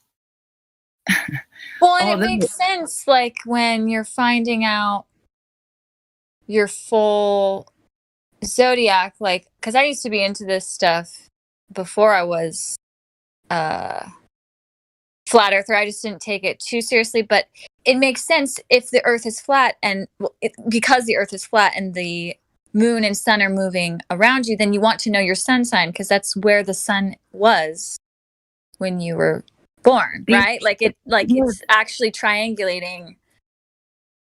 The cosmos was made for us. Yeah. Not a random piece of it. It is for us. And it puts back into us a sense of absolute awe that this grand, beautiful display is for us. No one else. We are the only creatures on Earth that are capable of appreciating the symmetry, the beauty of the cosmos. Very So- true. Very true. Yes. Although, even though out of all creation, we're the only ones that's able to, like, think about it in that way, and observe it and know what we're observing for what it is. We're probably also the most disconnected from nature in all of creation. Absolutely, the most lost, the least natural. That's right. Yeah, because the animals, of course, they don't have the language. They can't, they don't have the language to be able to control. They just have the primitive style of communication. But they are still Sensorially pure. They're sensorially pure. Yeah. They don't. We. It's so ironic that in the age of supposedly the highest learning capacity of the human being, we've come to a sort of pinnacle, they say. We can't figure out ourselves, really. And when you look at the masquerade of science, they don't know anything about it either. Not a thing, really. They're guesswork. It's all guesswork. And then they put their beautiful models, their philosophical works together, but they haven't got a clue about it, what it really is. Exactly. I was looking at my cat today and I was like, my cat has known the earth is flat this whole time, or at least not moving, because when I put my cat in the car, even when I'm holding my cat, he hates motion like so bad. He freaks out. And I'm just like, you've known the earth was flat all along. You're smarter than me. That's true. That's sweet. That's sweet. So I don't want to deflect too much from your very fascinating discussion about the moon. The moon is also one of the most interesting aspects of the cosmos, is it not? What a mysterious object it is. Yeah, I'm a little bit more obsessed with the sun than I am the moon, but yeah, I totally agree. Well, I mean, they work together, so if you're going to be interested in one, you by default you're going to be interested in the other. I like very much your theory of one emits light and the other absorbs it. Yeah, well, I try to refrain from using the word light. I think the effect, I think it injects energy, but I think the effect of it that's caused when it does that is the light and the heat as the energy propagates through the atmosphere, and vice versa with the moon. Yeah, it's sort of like a balancing system of the energies of the earth. Exactly. That's what the yin and yang symbol, the constant turning in of the dark and the light. And it wouldn't have to necessarily be a crystalline structure. It's just I don't really know of anything within our world that I've observed to attribute to it, like to describe it as. Like, I mean, it could be an entirely different state of matter than any of us know about. Yet it mimics visually Earth topography in some ways. It looks Earth-like. The mountains, not the craters, of course, not in that way, but it looks like it's ground. Sometimes it looks like it's ground, and other times it looks like it's just made of light. Yeah, and it's only recently that I noticed that, because how sometimes you can see the outline of the moon, where there is no light, and then sometimes you can't. And it's just recently that I noticed that it's during the waning phases that you can see the outline, and during the waxing phases you can't. You can see directly through it. Yes, in a sense of it building up energy to create a form. I really wished I could find it. I'm looking for it again right now. I've looked for it a little bit, but I know that there's someone, they may not even be listening. I know someone has this because someone else posted it, and it's a video that they got zoomed in on the moon, and it was while it was rising. You could see I don't remember what phase, but it was in a waxing phase. But you could, when they zoomed in on it, it's almost as if you could. It looked kind of like bubbly. Okay, so you know how in the movies how they do these, images or they present to you in the movies how like a volcano, if you look down into it, or if you look at lava or magma when it's hot, or some kind of fiery furnace or whatever, where you're melting metal, you know how it can be like it can bubble, and it can like some of it can flare up, and then it can. Well, it was a video of the moon, and it was you could see it actually doing that, where it was forming like at the you could actually see it forming, and I really wish I could. The edge, that phenomenon at the edge, huh? Yeah, it was kind of bubbly looking, like it was forming, and you could see it forming. And if anybody, I know that someone here posted it. Maybe they're not here now, maybe they're not listening, but if anyone has that video, I would love for them to post it again. I don't have that one, but I've seen documents on different materials that you can hit with plasma discharges, which is characteristic on the moon. You can see the little raised dot inside most or many of the craters.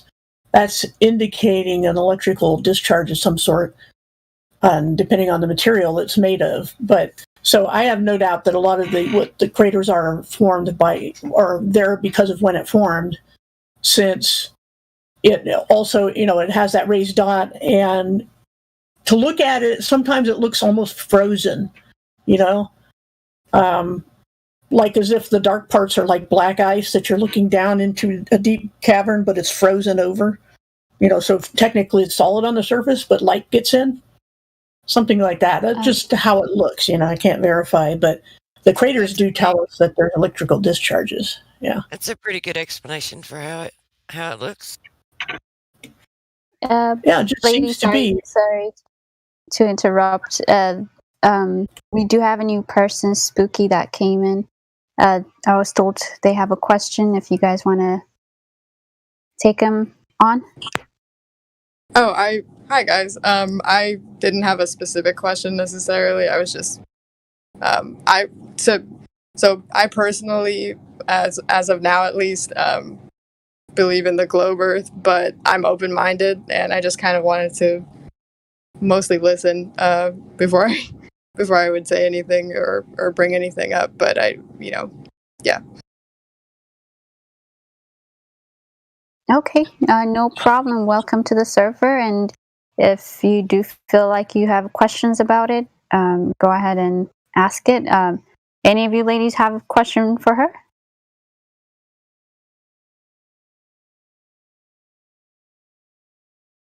Thanks for welcoming me, by the way, and yeah.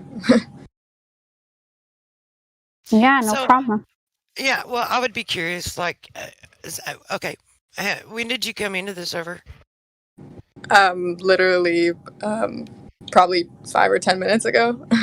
Okay, yeah. So coming in right now, what is your confidence level, with the heliocentric model? With the heliocentric model, that I would say, I don't. As far as opposed to like a model where the Earth would be in the center and things orbit around it, right? Well, actually, they say the sun is in the center. No, I know heliocentric means the sun is the center, but I mean as opposed to a model with the Earth being in the center. Oh well, no, it's not really a model. It's just that everything about the heliocentric model is opposed. And with what we observe in our reality, like I don't know if you've like been to the Flat Earth Society or not, but if you've seen their website, we're not affiliated with them. We don't share any of their views, and they do actually try to claim that it's a flat disk, and they just replace it, replace the globe with it, and reify the heliocentric model with their claims of what it. But that's not that's not the way it presents itself. We don't know the entire shape of the Earth. We only know what we can measure, what we can see, and what we can observe, and what we can experience. And that's the surface. As far as the entirety of it, we don't know. But as far Fair as the enough. heliocentric model as they lay it out, like the sun appears to be local and much smaller, and the lights in the sky, well, the planets and so-called, the remainder of the heliocentric just appear to be lights in the sky. They don't appear to be what they claim them to be, and none of it actually functions or operates in a manner to support any of their claims either. It's like they just appear to be lights in the sky and appear to obviously live in a contained system because we have atmosphere, and either outside of it is a lower pressure and it would escape into it, which is what they claim it is, but it can't be. It must be contained. Or it could be the opposite. We don't know what's on the other side of the container. It could actually be a higher pressure system on the other side of the container. But we don't know. We don't know what's over there, but we know we must have one. I would say, well, as far as the heliocentric model goes, coming from a position of, if one was to accept the globe Earth model, I don't see how, from that standpoint, it couldn't be a heliocentric model. But I will say that as far as any other models in general, I'm coming into the server, I have pretty much no knowledge, no prior knowledge of like any other sorts of models or anything like that. I haven't really looked into anything regarding like flat Earth or any other sort of model, so I couldn't say, I would be open to hearing how it would all work together in a different model. But again, given if we were to start from a position of accepting a globe Earth model, I don't really think it could work other than in a heliocentric model. But that's all I really feel on that one. I've never really considered a different one, to be honest. We allow these provided to us. Okay, so with what you have, so with what knowledge you have right now, are you aware of any measurement of Earth's curvature? I know that I believe it's something like 7.5 or 8 inches, or something. If you were to sort of, I don't remember the exact measurement, but I've heard that number be given as far as like how much curvature one would expect, based on the globe Earth model over, so many miles or something. But yeah, they tell us what we should what we should see, what we should experience. But are you aware of? And it's okay if you don't. You can just say you don't know if you don't know. But are you aware of any actual measurement to determine this? Maybe I don't think so. Maybe I don't quite understand the question specifically, but off the top of my head, no. Yeah, no. I mean, you probably do understand it because it's just a very easy, simple question. Are you aware of any actual measurement of the movement of the Earth, the axial rotation of the Earth? I mean, just in a very general sense, like I haven't taken a science class or anything like that since, high school. And which, I'm 22, so haven't been in high school for a little while, but like I'm in school for accounting, so I don't really learn anything science related for that. But I guess So know what some I would numbers say. then. Oh, sorry. Go ahead. No, pardon me. Yeah, no, I don't know if he was hot micing or what he was doing, but yeah, no. Well, welcome to the server, and while you're here, we'll see if we can't maybe advance your knowledge a little bit of what they're claiming and of what we're observing. But Okay. Like for me, I would say, or sorry, go ahead.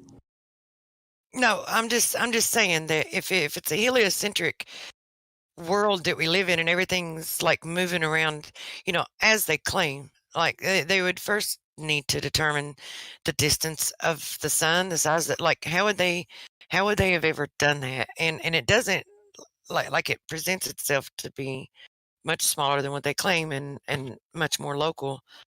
But they claim that it's a ball of gas and it exists in a near perfect vacuum of outer space.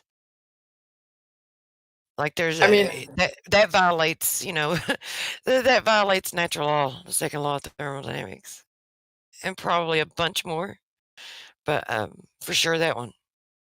I would say the main things that sort of are hard for me to reconcile with, as far as divorcing myself from the generally taught globe, Earth, and heliocentric model, are just things more like, I guess, like things having to do with the moon and how we only see the one side of it. That kind of like, I feel like that's sort of difficult to get around, as well as I think things like eclipses. I just don't really understand how they could work otherwise. But again, I'm open to hearing other things, and I think probably like the biggest reason why I can't think of how otherwise it could work, those things could exist, is just because I haven't heard other ways.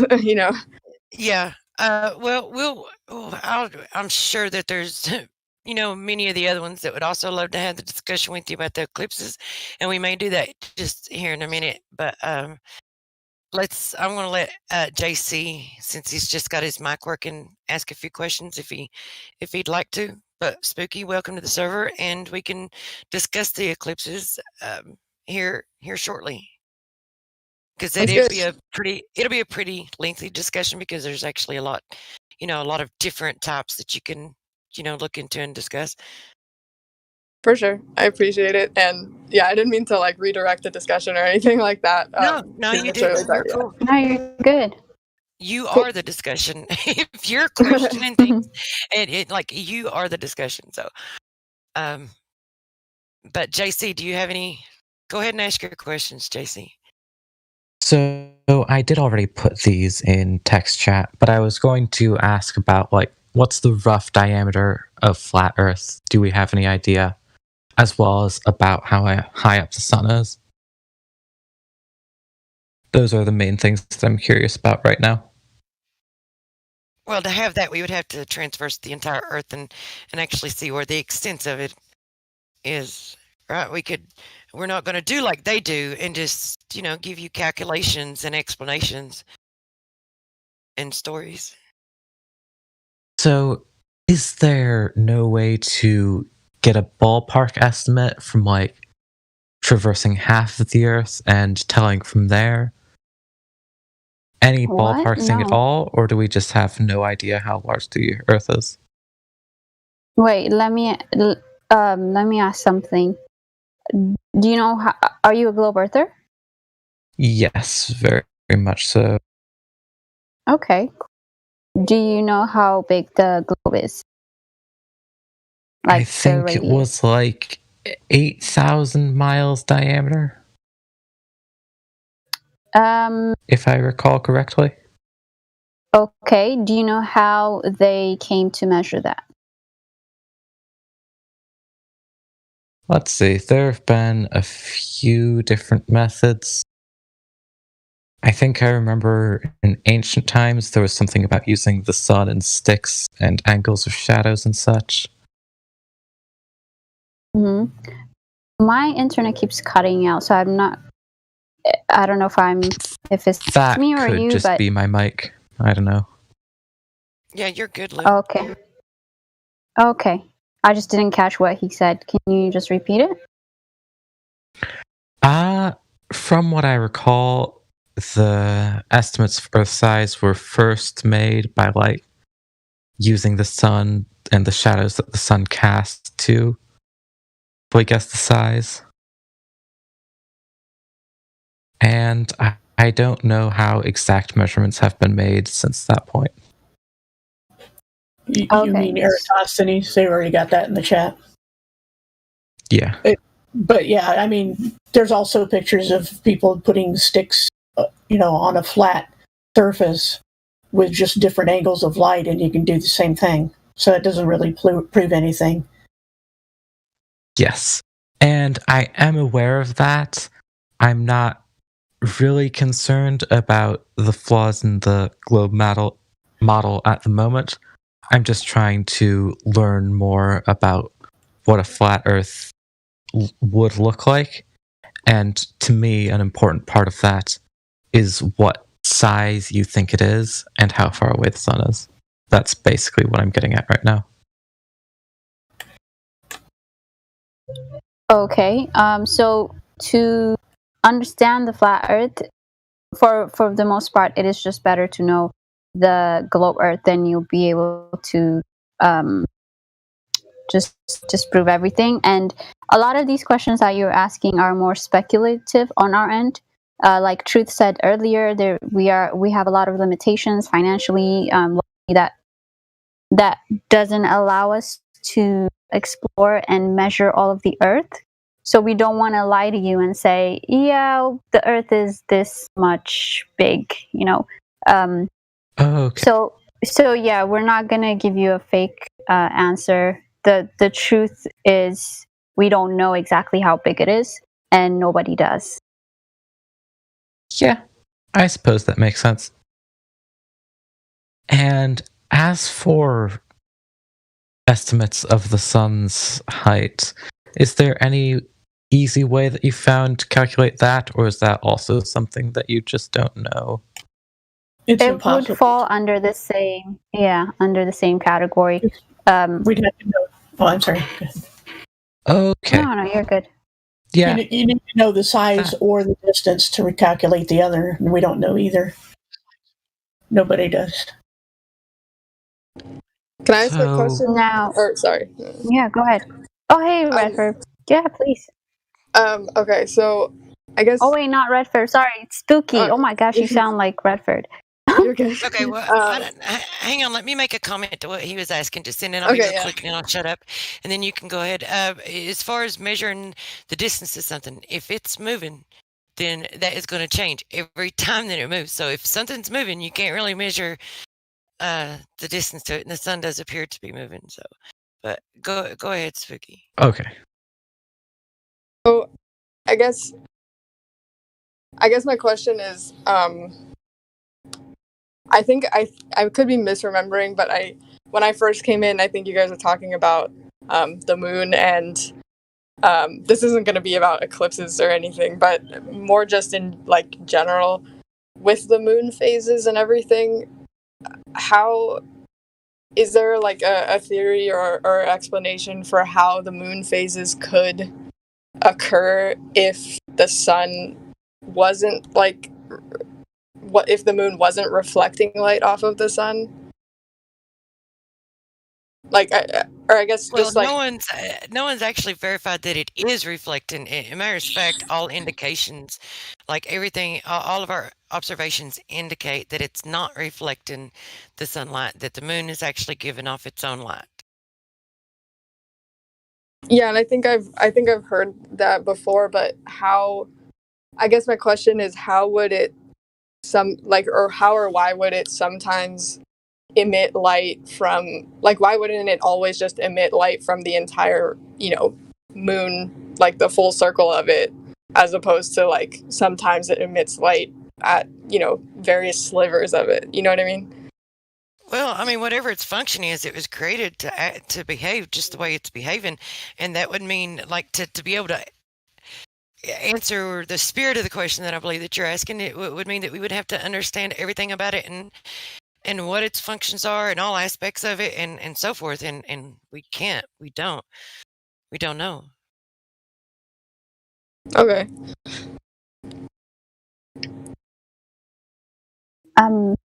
I did have a question for JC though, because you said that the flaws of the is not what you're not interested in or something, or what was it that you said earlier?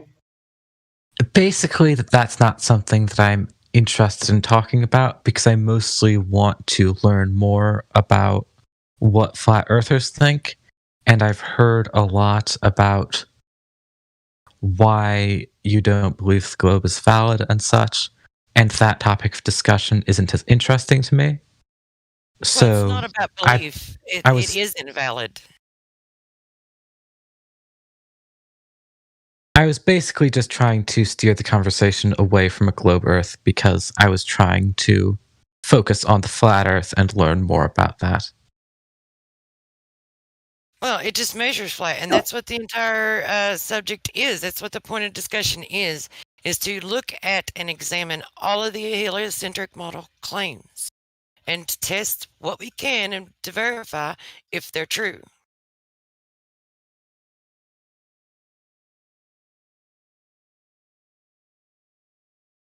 Yeah, so simply there is the claim, a very, very specific and detailed claim of the globe Earth, right? So we go out there and we try to find them, to find the measurements, calculations, observations, experiments, or whatever out into the real world. And so because all of that is lacking, then we say, okay, then we definitely do not live on a globe. That is the number one commonality that you'll find in quote unquote flat earthers, right? However, when you start talking about how big the earth is, how far away the sun is, how big the sun is, or whatever, those are in a speculative matter when we discuss them, because nobody is able to get there. Nobody's able to, again, transverse all the earth to measure it. So I understand your curiosity about what our claim is, but I am curious if you do understand, or do you understand the flaws of the globe? I have heard many of the things that you think, that flat earthers in general think are flaws with the globe. And I've also heard explanations of those from globe earthers. And I think that I am more comfortable with the explanations of the globe earthers, so I continue to believe that there's a globe rather than it's flat. Yeah. It's basically my current position. Yeah, no problem. We don't have a problem with anybody's beliefs. We welcome beliefs, right? That's not what we're here to convince you or convert you, right? But the main thing about the globe is, or the main problem that we have about the globe is its verifiability, right? So can you give us, maybe we're misled, maybe we're just not getting it or understanding it, maybe you can give us an experiment or an observation that me and you as an average Joe can do to prove or verify the globe.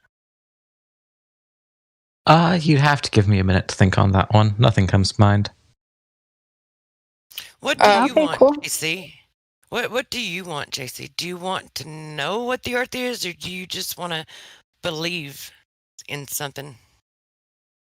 To me, it doesn't make a very large difference what the earth is.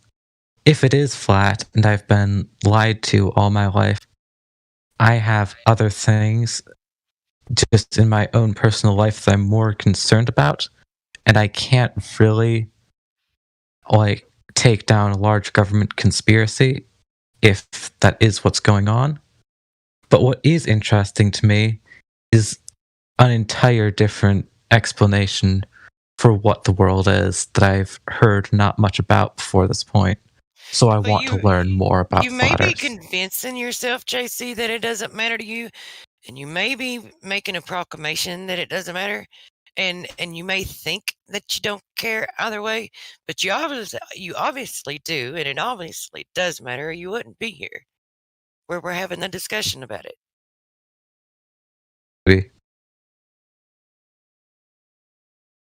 You cut out. What'd you say? I said, man, is my mic really cutting out that much? Give me 1 second. Or is it me, guys? Did he cut out for anybody else? I think it did cut out that time.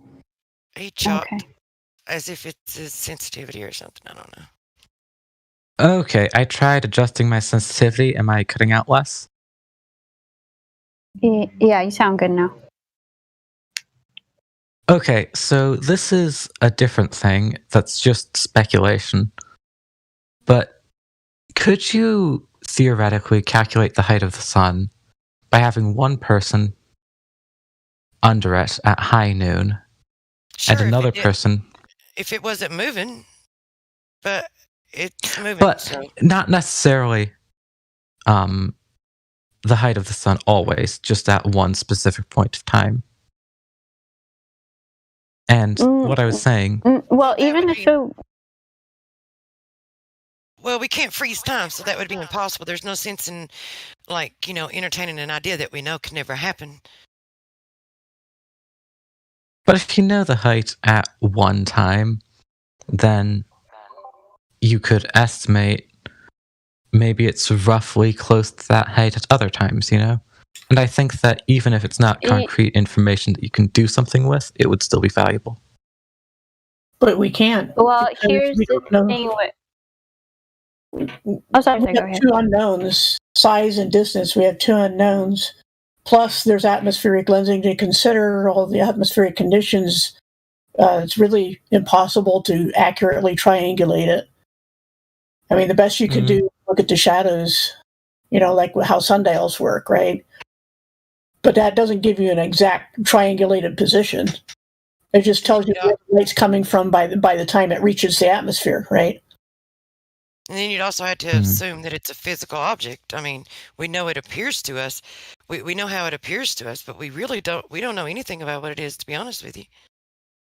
Well, I'm not going to say we don't know what it is. I did a video on it once. I'll try and find the link, but I basically showed all different angles I could think of to look at it from my own observations from my own backyard. And, granted, that's just one data point, basically, but the thing is that it showed that the sun's motions really can't be accounted for with the laws of physics because it does contradictory things. If you consider that, for example, at any location on Earth, the sun goes, depending on your latitude, which in my opinion is just your angle to, the angle that Polaris is above the ground, especially in the north. But depending on where you are at any given day, the sun is going in an arc over you. It just goes, in the northern hemisphere, it goes northeast, south, northeast, right? So it's at this angle, and yet it does that for everybody at every point.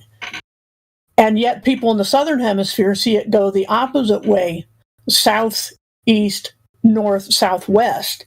And so there's this like a pinch move toward the middle where, if you're at the equator, you just see it go straight over the head. If you're in the tropics, for the most part, you're going to see it go straight across. But this arcing movement doesn't make it, it can't be physically possible. So, but it's easier to show the video than to explain. So maybe I'll just go try to find the link for that. Mm-hmm. I guess can I ask asking a question? Oh, sorry, go. Yeah, I was just going to say that asking questions about scale and such, that was mainly what I was interested in. And I don't think they'll stick around any longer. Thanks for your answers. I appreciate it.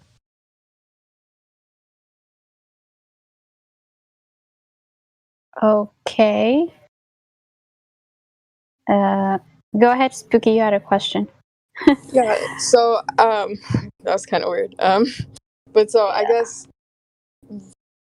So, sorry, I'm just trying to process. But I guess so.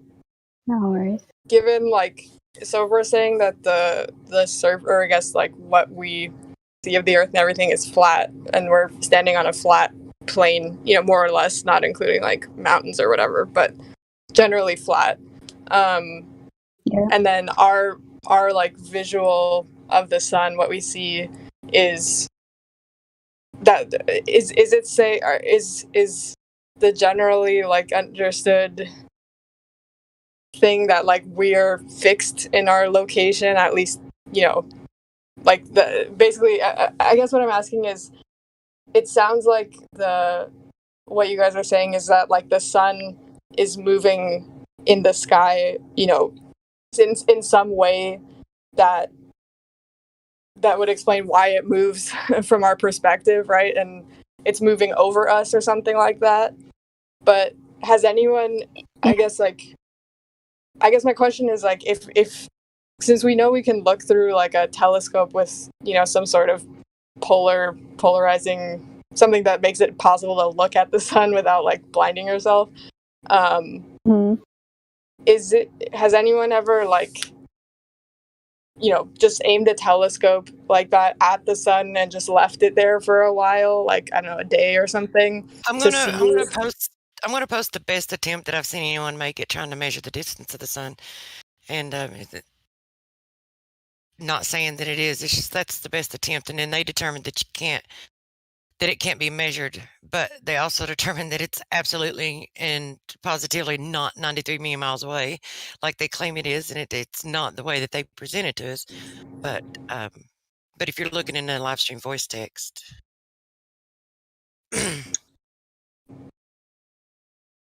It's the best attempt that I've seen anyone so far up to date make on trying to measure, right? Attempting to. I guess to my sort of like very basic understanding of, or cursory understanding of what I think you guys are describing would mean that the sun would have to be moving, you know, through like above us or something like that relatively quickly, like in a way that's, you know, obviously we observe the sun rise and set, but if we were to aim a telescope like with some sort of lens that lets you look at it and just not move the telescope at all,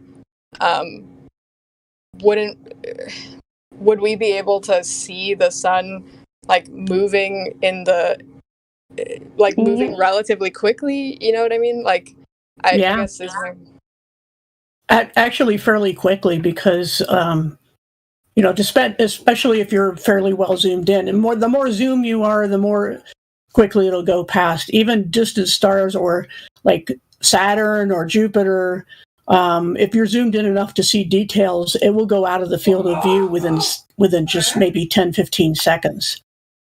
So, but we do know from sundials, especially, as it's the easiest way, that the sun appears to move about 15 degrees per hour. Okay. Yeah, but the problem is to locate the actual sun, like the physical sun. It won't be possible, because what you see is just the apparent position. It's not like where the sun is. So when you're trying to measure the distance to it, or how fast it's going, like Level said, it's best to use the shadows rather than not for the distance, but I meant for the speed. The position. Because for the distance, you cannot. Yeah. Oh yeah, I mean, personally, I don't know, the distance is like, I can understand how the distance would not, like, ultimately, I guess I'm sort of the opposite of that JC guy. Like, I'm not really, like, I feel like it could work at multiple distances, just depending on the different characteristics of the sun that, you know, like. Right. I feel like having measured distance to, you know, the coronas, I don't know, supposedly how many millions of miles out, you know, where does the sun actually begin? You know, you'd have to know that to know the distance too. Mm-hmm. Where is its edge? It's supposedly a ball of whatever, something intangible, you know, some gases or, you know, a nuclear furnace, which it clearly isn't. But how do you measure where that is? It's, you know, it's not like you'd have to first assume it has a solid surface and it doesn't have a corona that's a gazillion miles wide, you know? So how would you know where is the edge of the sun? So then you could find the center. Well, I guess, sorry, I guess the first thing that just popped into my head is like that. I guess it is sort of hard to understand, like, you know, if one was to like think of it as massive as it's purported to be. But I guess like the first thing that popped in my head was just, you know, when you strike a match, like there's no, I guess a match, there's no solid surface, but you can still discern where, you know, the at least apparent edge of like the flame is, right? And, you know, like, sure, and there's crepuscular rays that you can that come to a point at, you know, like at the point at where the light is manifesting. So whatever the sun is and whatever effect that it has in the atmosphere, or however that works, it emanates light when it does, and you can, like, the point of source where it emanates the light, you can follow the crepuscular rays back to the point, and that's the entire point of that, is that there are crepuscular rays. They're not parallel, which is what they would have to be if it were what they claimed it was. And that's the thing about light beams being parallel. Unless they're coming from all the same flat surface angle to you, no two of them can be parallel. It's like if you picture a round pincushion and stuff it full of pins or needles, no two of them are parallel, especially the farther away you get. If you follow the lines out from those pins, especially for 93 million miles, they're going to be really far apart, really divergent angles. So I don't think it's even possible to have two parallel rays coming from the sun. Sorry, can someone explain what I don't know if I'm saying this right, the crepuscular ray is? I've never heard of that before. It's like the rays coming through a cloud. When you see that, they are at different angles. Oh, like I guess like dissipated or something. Yeah. Okay, gotcha. Yeah, there's a picture of it in the chat. Okay, for sure. Sorry, I'm on my phone, so I'm like not looking at the chat, but I'll look through it real quick. Oh, that's unfortunate, because there's some pretty neat stuff that's been posted for you. I'll tag you. That way, when you go to your tag, you can just scroll up and find it. You'll just have to click on whatever the tag is and then scroll up. Yeah, I'm looking at it right now, but yeah. Sorry, I forgot to like minimize the the VC screen, I guess.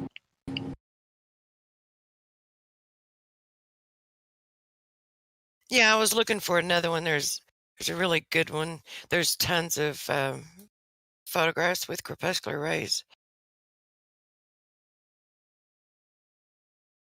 There was one particular one that I was looking for.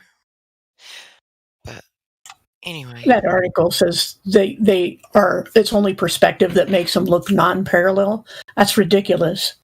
In order for perspective to be an issue, you have to be at it has to be at your eye level, where the point of convergence has to be at your eye level, because otherwise it's not perspective.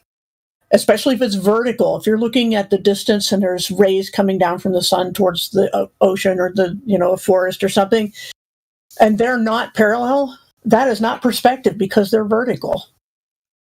They could get closer together, but they can't diverge from a single point.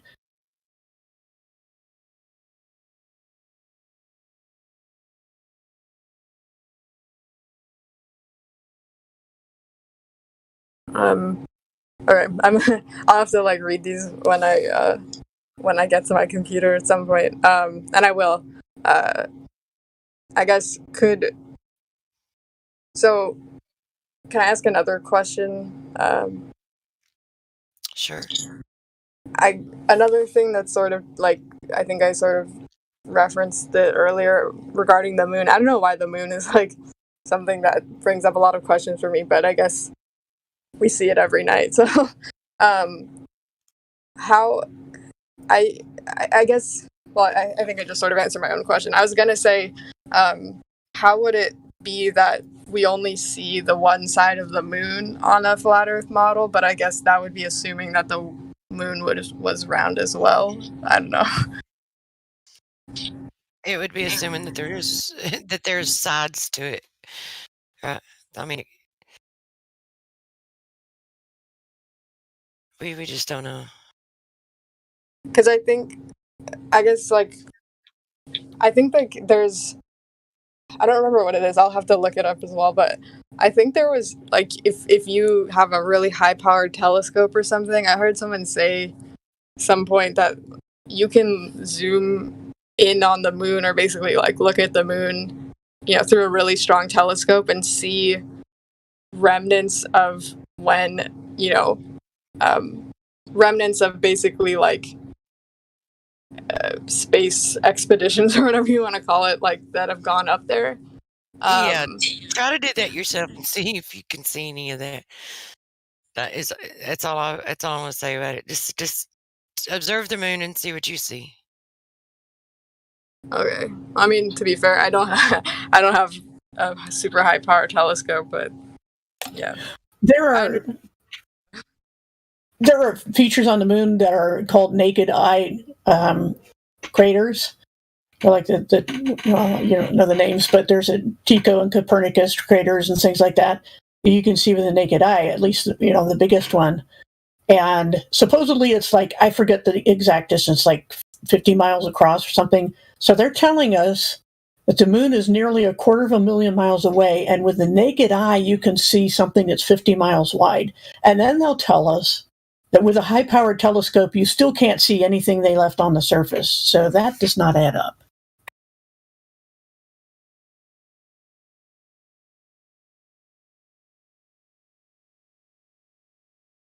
Yeah, I guess that does seem kind of weird.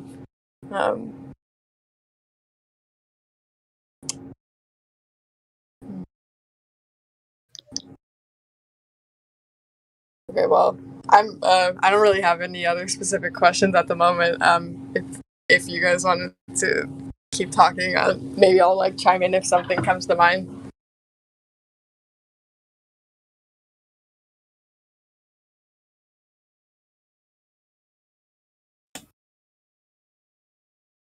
I might even drop. It's been I'm 4 hours. I don't know if you guys are used to it, but my earbuds can't take it.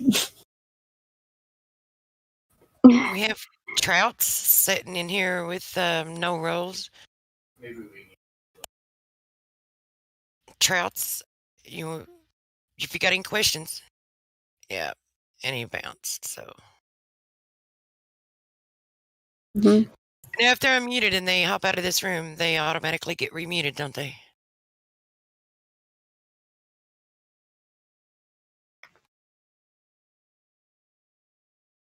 I think you robots trailed off.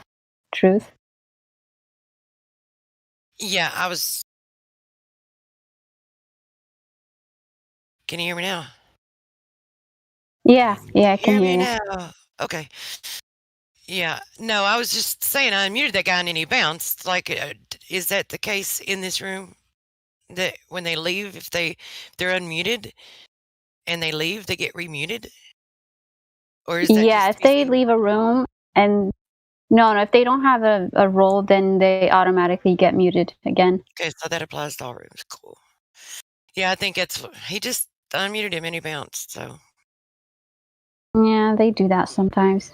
Maybe they get too nervous. yeah, I don't think he expected to get called on, maybe, or he just didn't want to talk. Either way. Yep. Is that it? Is there anyone else?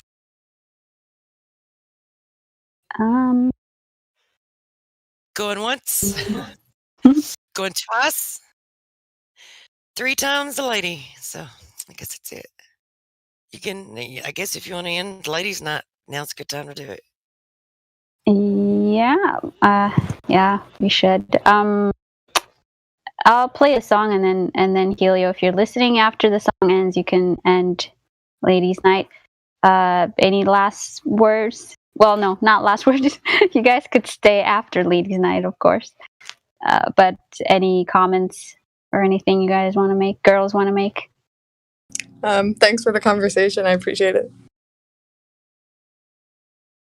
You're welcome. Yeah, just stick around and listen up and check out the additional information and do your own observations. Observe your world for the way it presents itself and see how it all turns out. Yeah, will do.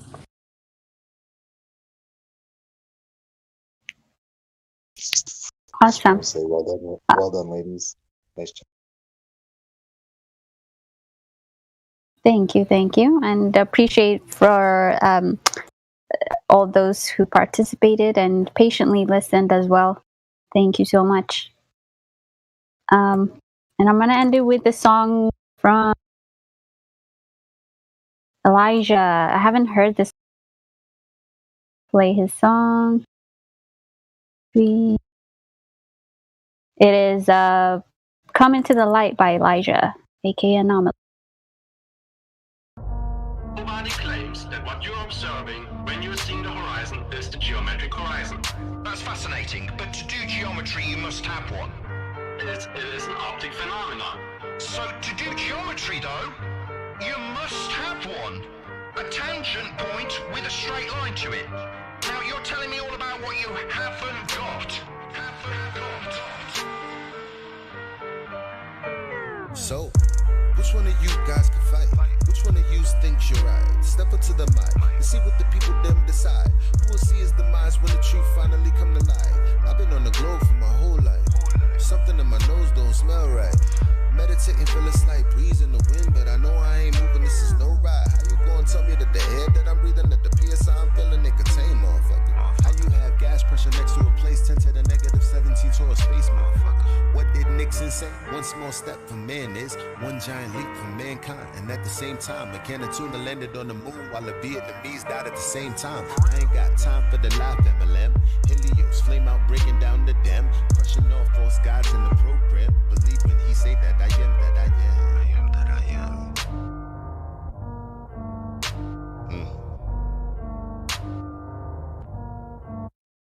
So, which one of you guys can fight? Which one of you dies tonight? Step up to the mic and see what the people them decide. Who will see his demise when the truth finally come to light? You should raise them to be free. If not, they might rebel. You are not an educator, you bringing me down like an elevator. Better yet, an escalator. You keep gumming my shoes so with that I never make it. I'ma put you down like you a tire levitator. Speaking of the elevation, the black swan, why is the horizon 10 times further than the geometry you predicated? Probably cause you never did it. Never did, never will. Now globe, tell me how you really feel. This is not a globe, this is the appeal. This is not a globe, this is just for real. This is for your soul, something you can feel. Saying you won't change, but I know you will. Here's your Dr. Bill.